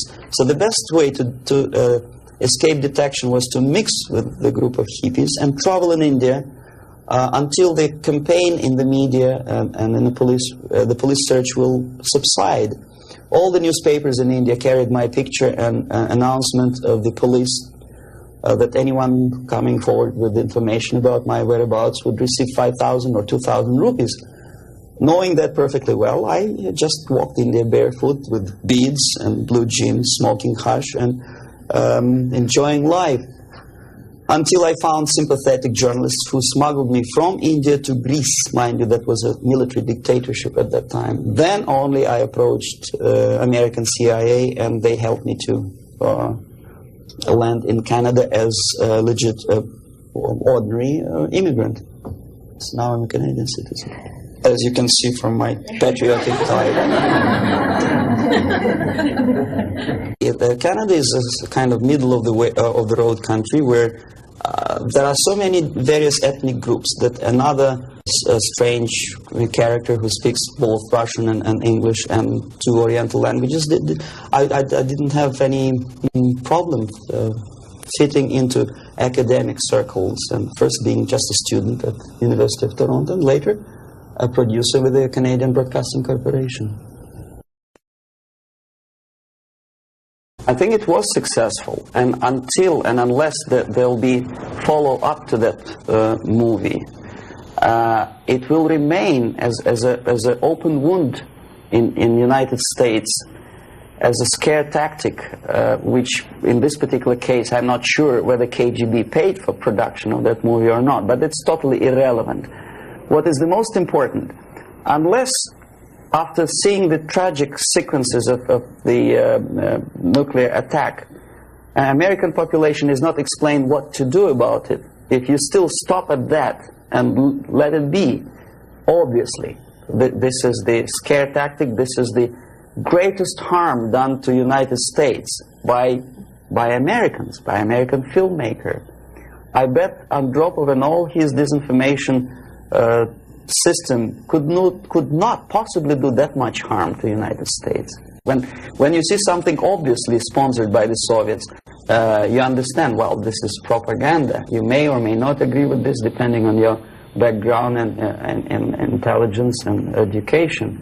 But here it's a subtle approach, playing on the most sensitive strings of your soul, appealing to the most basic instincts of human nature, survival. But there are no answers. How to survive? Well, obviously, disarmament is not the answer, simply because some people naively expect Andropov to blush out of shame and reduce the number of warheads. It doesn't happen this way. We are facing unresponsive, irresponsible group of people for whom nuclear war is not a theory, it's a practice, and the military strategy of the Soviet Union is designed to do nuclear war and to survive and possibly to win.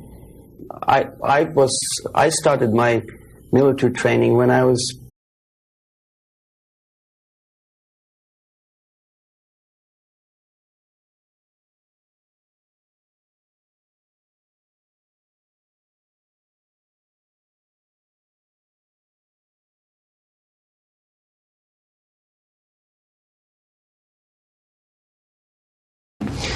born in a military family. My father was a high-ranking officer of the Soviet Army General Staff, inspector of land forces, stationed outside of USSR in every quote-unquote brotherly country or liberated country of the world.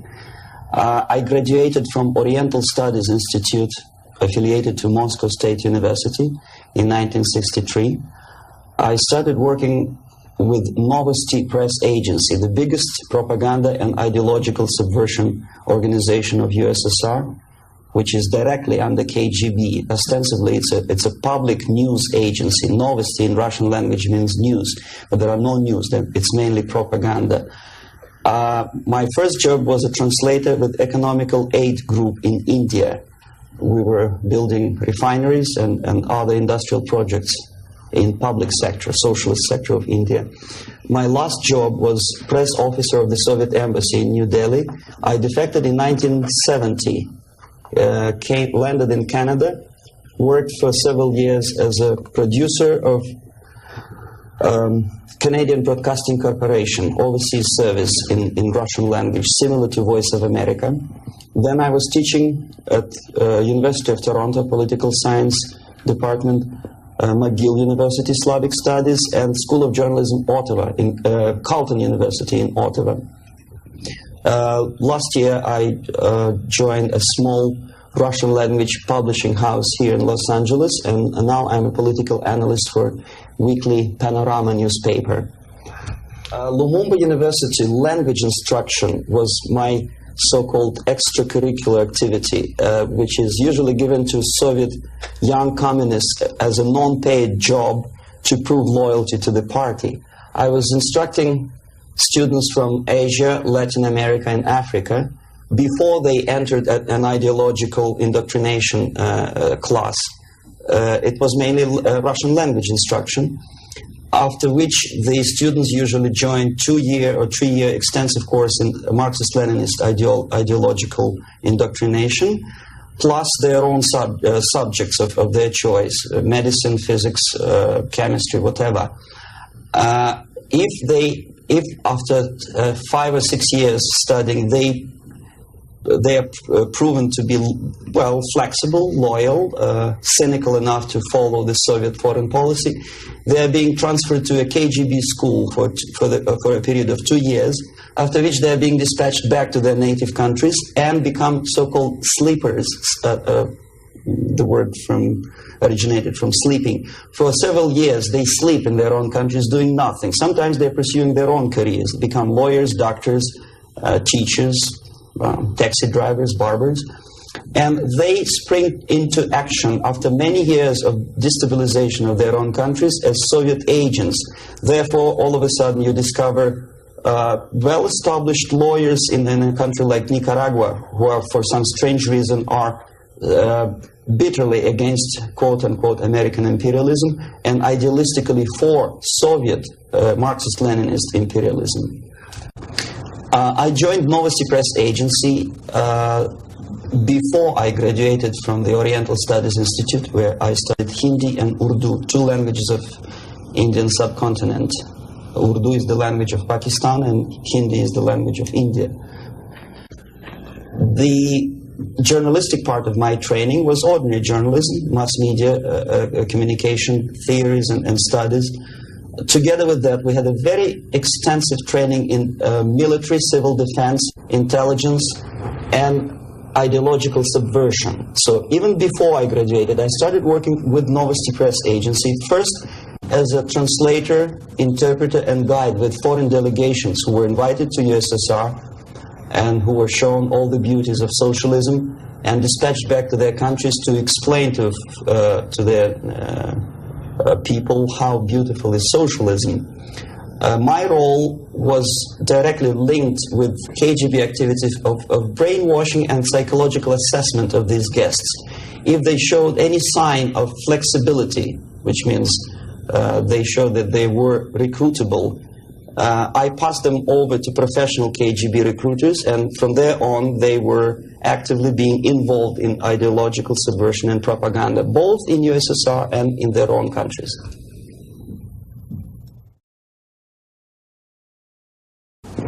Well, decision of course was very painful and difficult. But on the other hand, I didn't have any illusions or allusions about the Soviet system and communist or socialist system. It's the most rotten and unworking system in the world. Some people call it state capitalism, socialism, centralized planning, whatever. It doesn't really matter what kind of name you attach to the system.